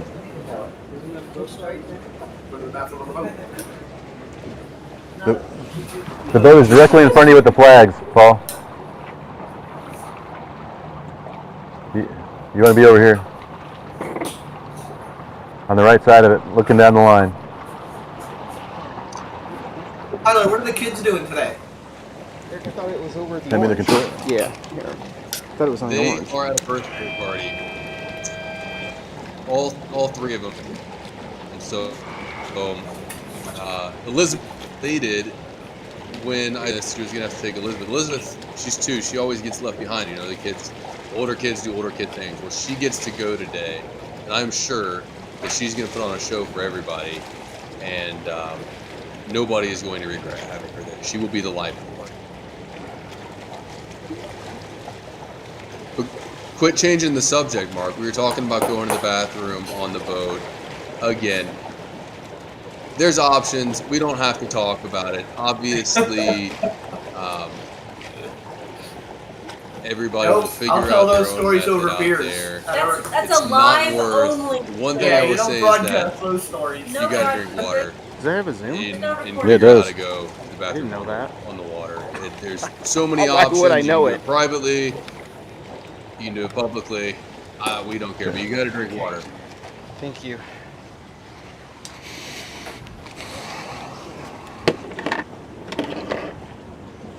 Hydrate, hydrate, hydrate. Hydrate. This is the last race It's the last race we're doing. today. Yep. Is this next starting up? That's right. Can you see it? Yep.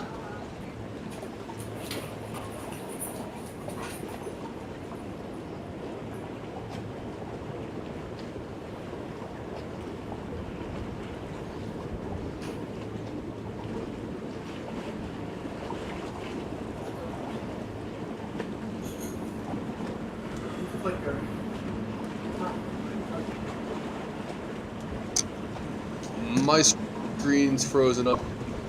Hopefully I'm talking over it.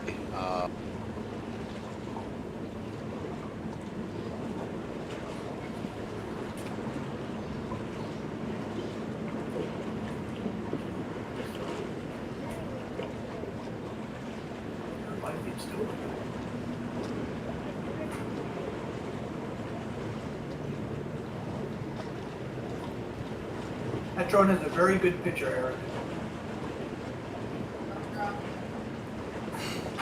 Thanks, Michelle.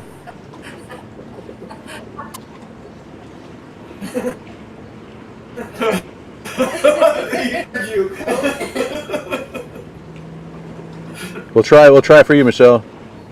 But that was actually a vote of confidence, right? Did not sound like a vote of confidence. That sounded like sarcasm Now to she me. can say, "I told you."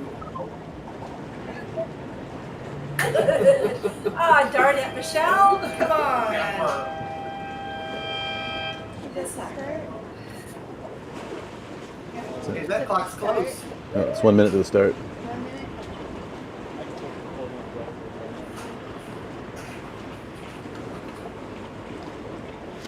Hey, can we look up the course real quick? Can you just rotate right? Hey, no, we can't do that. For 10 seconds. Hey, Paul, rotate, look up the course, turn to the right, and then turn right back to where you are. Pan right real quick, and then pan back real quick. Don't worry about it. Don't worry about it, Paul. Go back to the start line.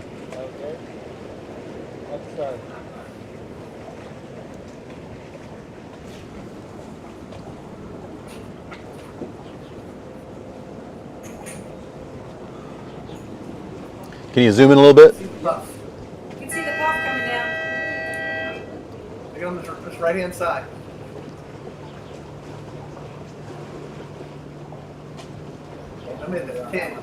Somebody had to be over early.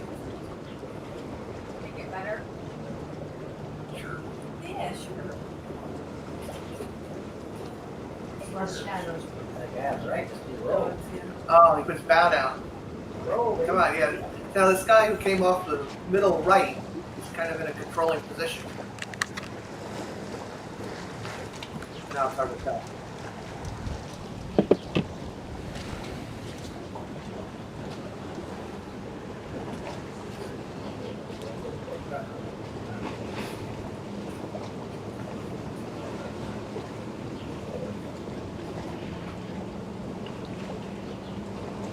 Hey, you know, as the day has gone on, their starts have gotten better.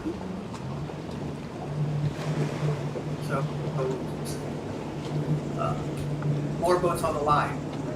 This is good practice for them. Oh, boat over.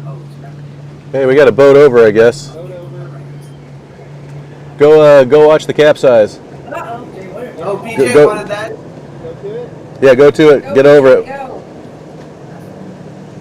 Here, I'll take over the flight if you want me to. I think his mast fell down. You got it?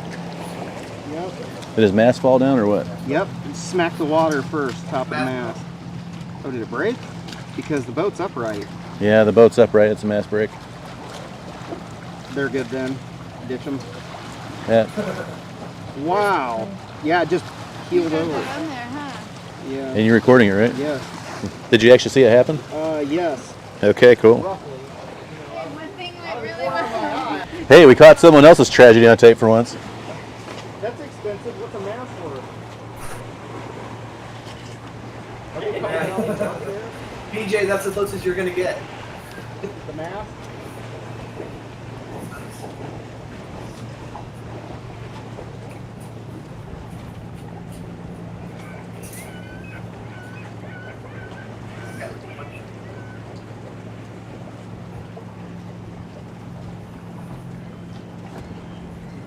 zoom in on that guy? Eric? The front leader? Yeah. Can you get close as you can to the leaders? That is the leader. Yep, can you get up close and try and look at their sail trim and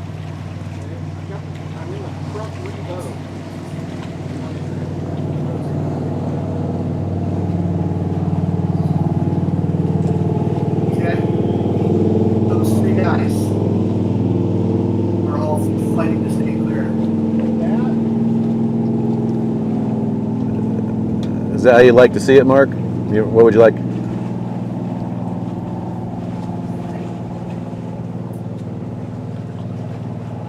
I want you to put it in the cockpit of the guy leading.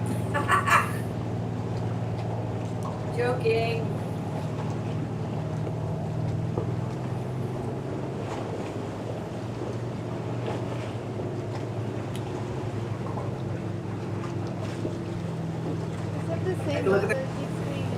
That's a pretty shot.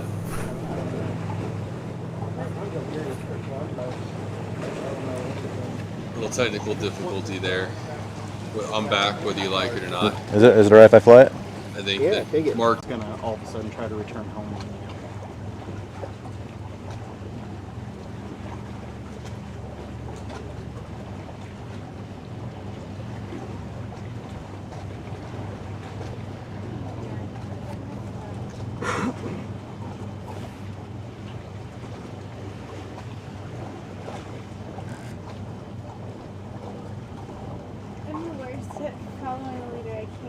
It's all good. Just stay with the pack.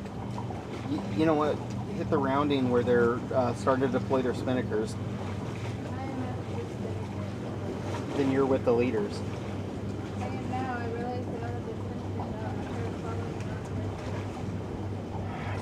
It's crazy how disorienting this gets. It should be really simple. The course is roughly a triangle, I think. Discuss that with Eric when he's not concentrating.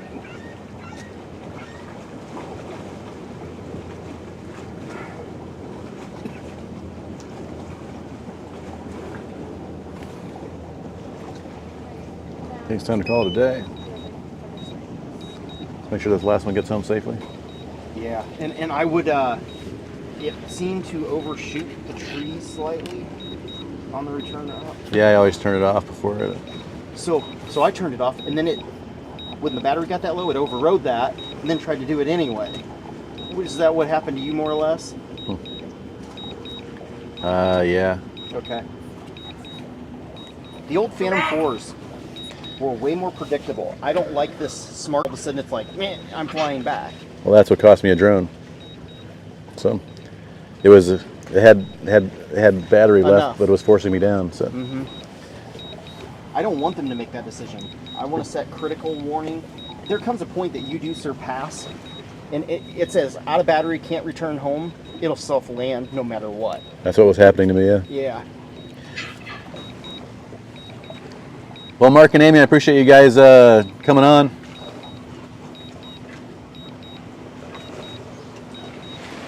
We'll probably get to chill out a little Thank bit. you. We didn't mean to disappear. We got booted out a couple times. Yeah, no, it held with us for the first part of the live stream, and towards the end it started to falter. But we'll close it with a nice, pretty shot of some sails. Good, Crystal. Hey, thanks for letting us join in. Now. It was fun. Thanks for dialing in. I'll be interested to watch and see if there's any worthwhile or entertaining. But yeah, the my drone was 7 or 8 lives past its 9 lives, so it was old. I can't say that about Paul's though.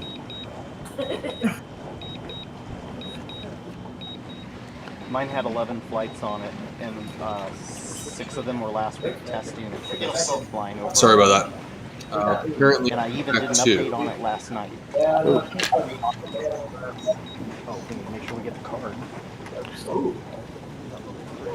Wow, that's deceptive. That's interesting. A pretty puzzle.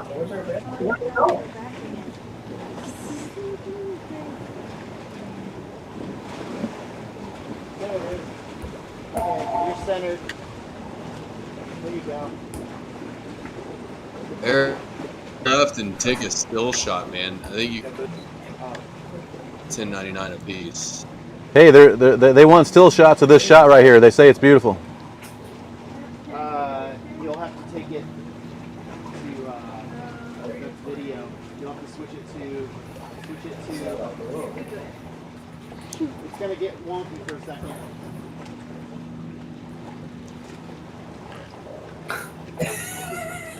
They're transitioning it from. Cost us the live. Yeah, they want to transfer it to video, Nice. the photo mode. That'll work. We can Photoshop that up.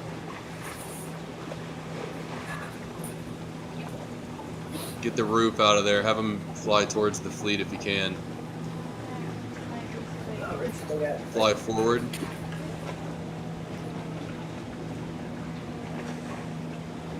I took a picture with it.